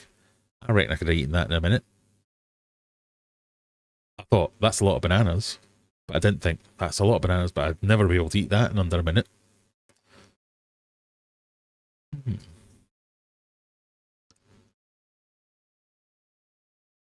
So Mandy, Graham, and Juggler all think they can do many, many more than that. Maybe we should have could we all get on stream together once and just try and break the world record for bananas eaten in under a minute? Simon thinks he can do 21. Matthew thinks 18. Stephen says, I've eaten 2 bananas back to back before. I psychologically could not handle a third banana.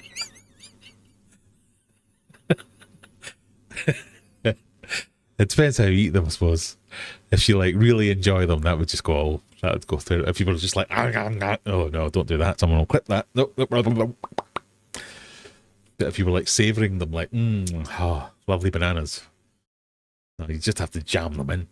Oh no, don't do that either. Sorry, right. Anyway, changing the subject. Quickly, someone change the subject. We need a banana for reference. We do. But some bananas are reasonable sized bananas. I've always thought that about bananas for scale.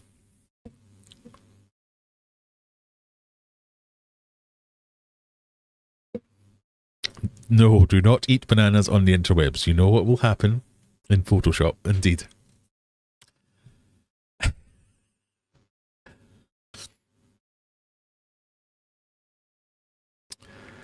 I'm allergic to bananas, so that'd be a trip to any. Well, we don't want to do that, yes. Okay, you can get a pass. You have to eat. Just trying to think of another phallically shaped vegetable or fruit that you could try and speed eat at the same time.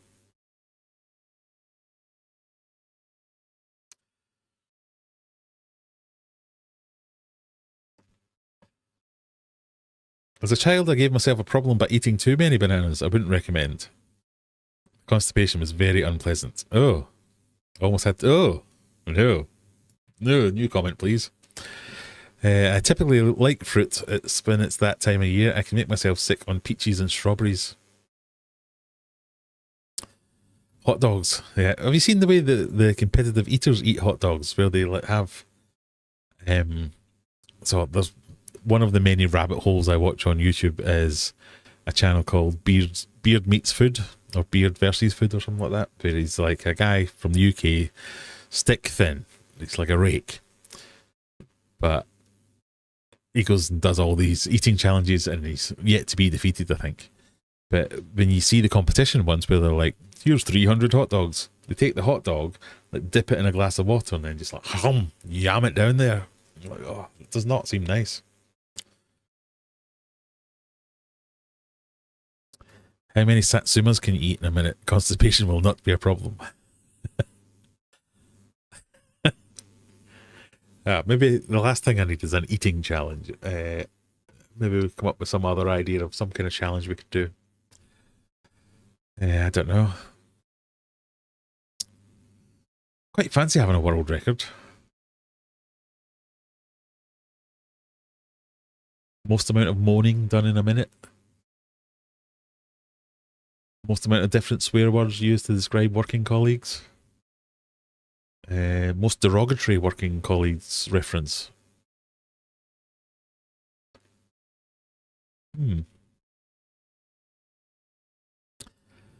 Yeah, like Stephen's there saying, I can't watch the hot dog eating contest. It's the fact that they put it in the water that just makes me think, bread and water. I understand it's going to get like that once it's in your belly, but getting it there before you put it in your belly is just like, oh. I've got no problem like somebody yamming in a big massive slice of pizza and just going gong gong gong gong gong. I'm like, yeah, that's disgusting, but I can kind of watch it. But for the wet hot dogs, I'm just like, Baked beans with a toothpick. Let's see what that one is.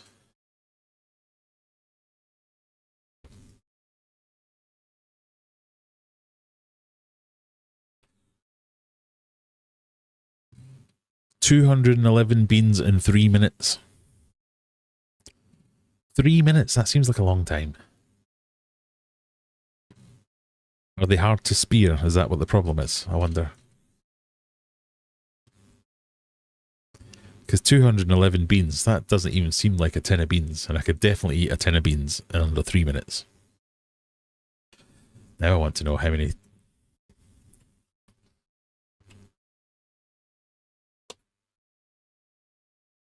So that's like half a tin, approximately 465 beans per tin in a tin of Heinz baked beans. So with a toothpick, in 3 minutes, he only managed half a tin. I might have to try this. Do they have to be like on a plate, I wonder? Is that what the problem is? Because surely if you had them in the tin, you could just go, yam, get like 4. So do they have to be like in a layer of 1?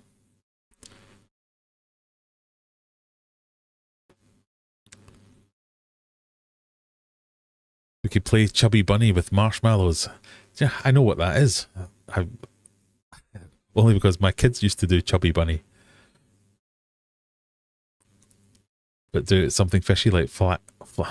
I have zero marshmallows in my mouth, and I can't say fat flour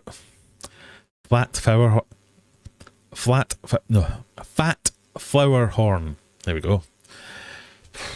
Right, that one's off the table. How many heta svenskajavlar? Okay, I'm going to have to look that one up.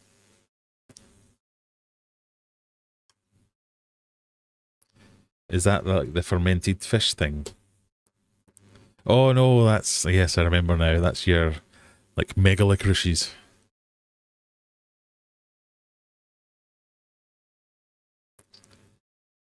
I was going to get them for my like food challenge last year, wasn't there? It was, what is it? Is it the chili ones or the salty ones, or is it a bit of both? Why won't you load? Heta svenskklavar, roughly translated as hot Swedish bastards, is a brutal and delicious combination of the world's saltiest and hottest chili licorice. Licorice and salmiak cream surrounded by salty licorice that has been dusted with plentiful quantities of salmiak. Freeze-dried strawberries and Carolina Reaper. Oh, kinda sounds great, but also terrible. Especially when it has a warning like this. Warning, this product is not suitable for children. Consume at your own risk. Suitable for vegetarians. I'd love to. Is there a vegetarian option? Here you go, you twat.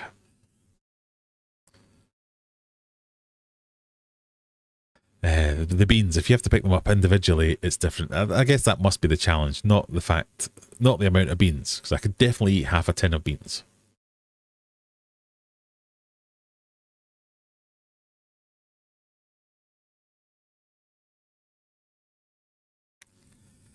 Yeah, I remember looking at these last year and being thankful that I couldn't get them in time.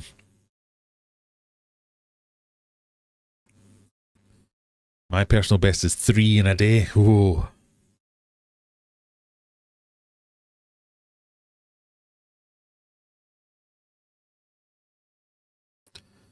They look nice. I'll give you that. They look nice.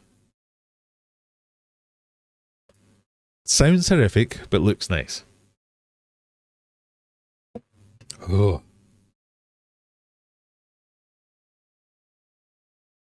Right.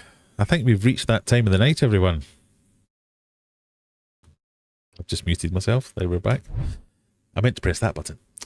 Where it's time for all the Americans to go and have their dinner, or whatever time it is there, I don't know, and all the UK people to go to bed, because it's night time. Maybe I'll try and throw in the odd extra middle of the night stream just to see if I can appeal to an American audience. But we might bring some TikTokers or something on next week just to try and get something a bit different going on. Keeping it festive, what about after 8s in a minute? But it would have to be how many boxes? I was going to say that, yeah. I'm pretty sure I could tank an entire box. It would be getting them out, the little paper wrappers things, because when you get them in your teeth, it's like, ugh. Not that I just sit and go, no, after 8. Do you have after 8s in America? Is that a thing?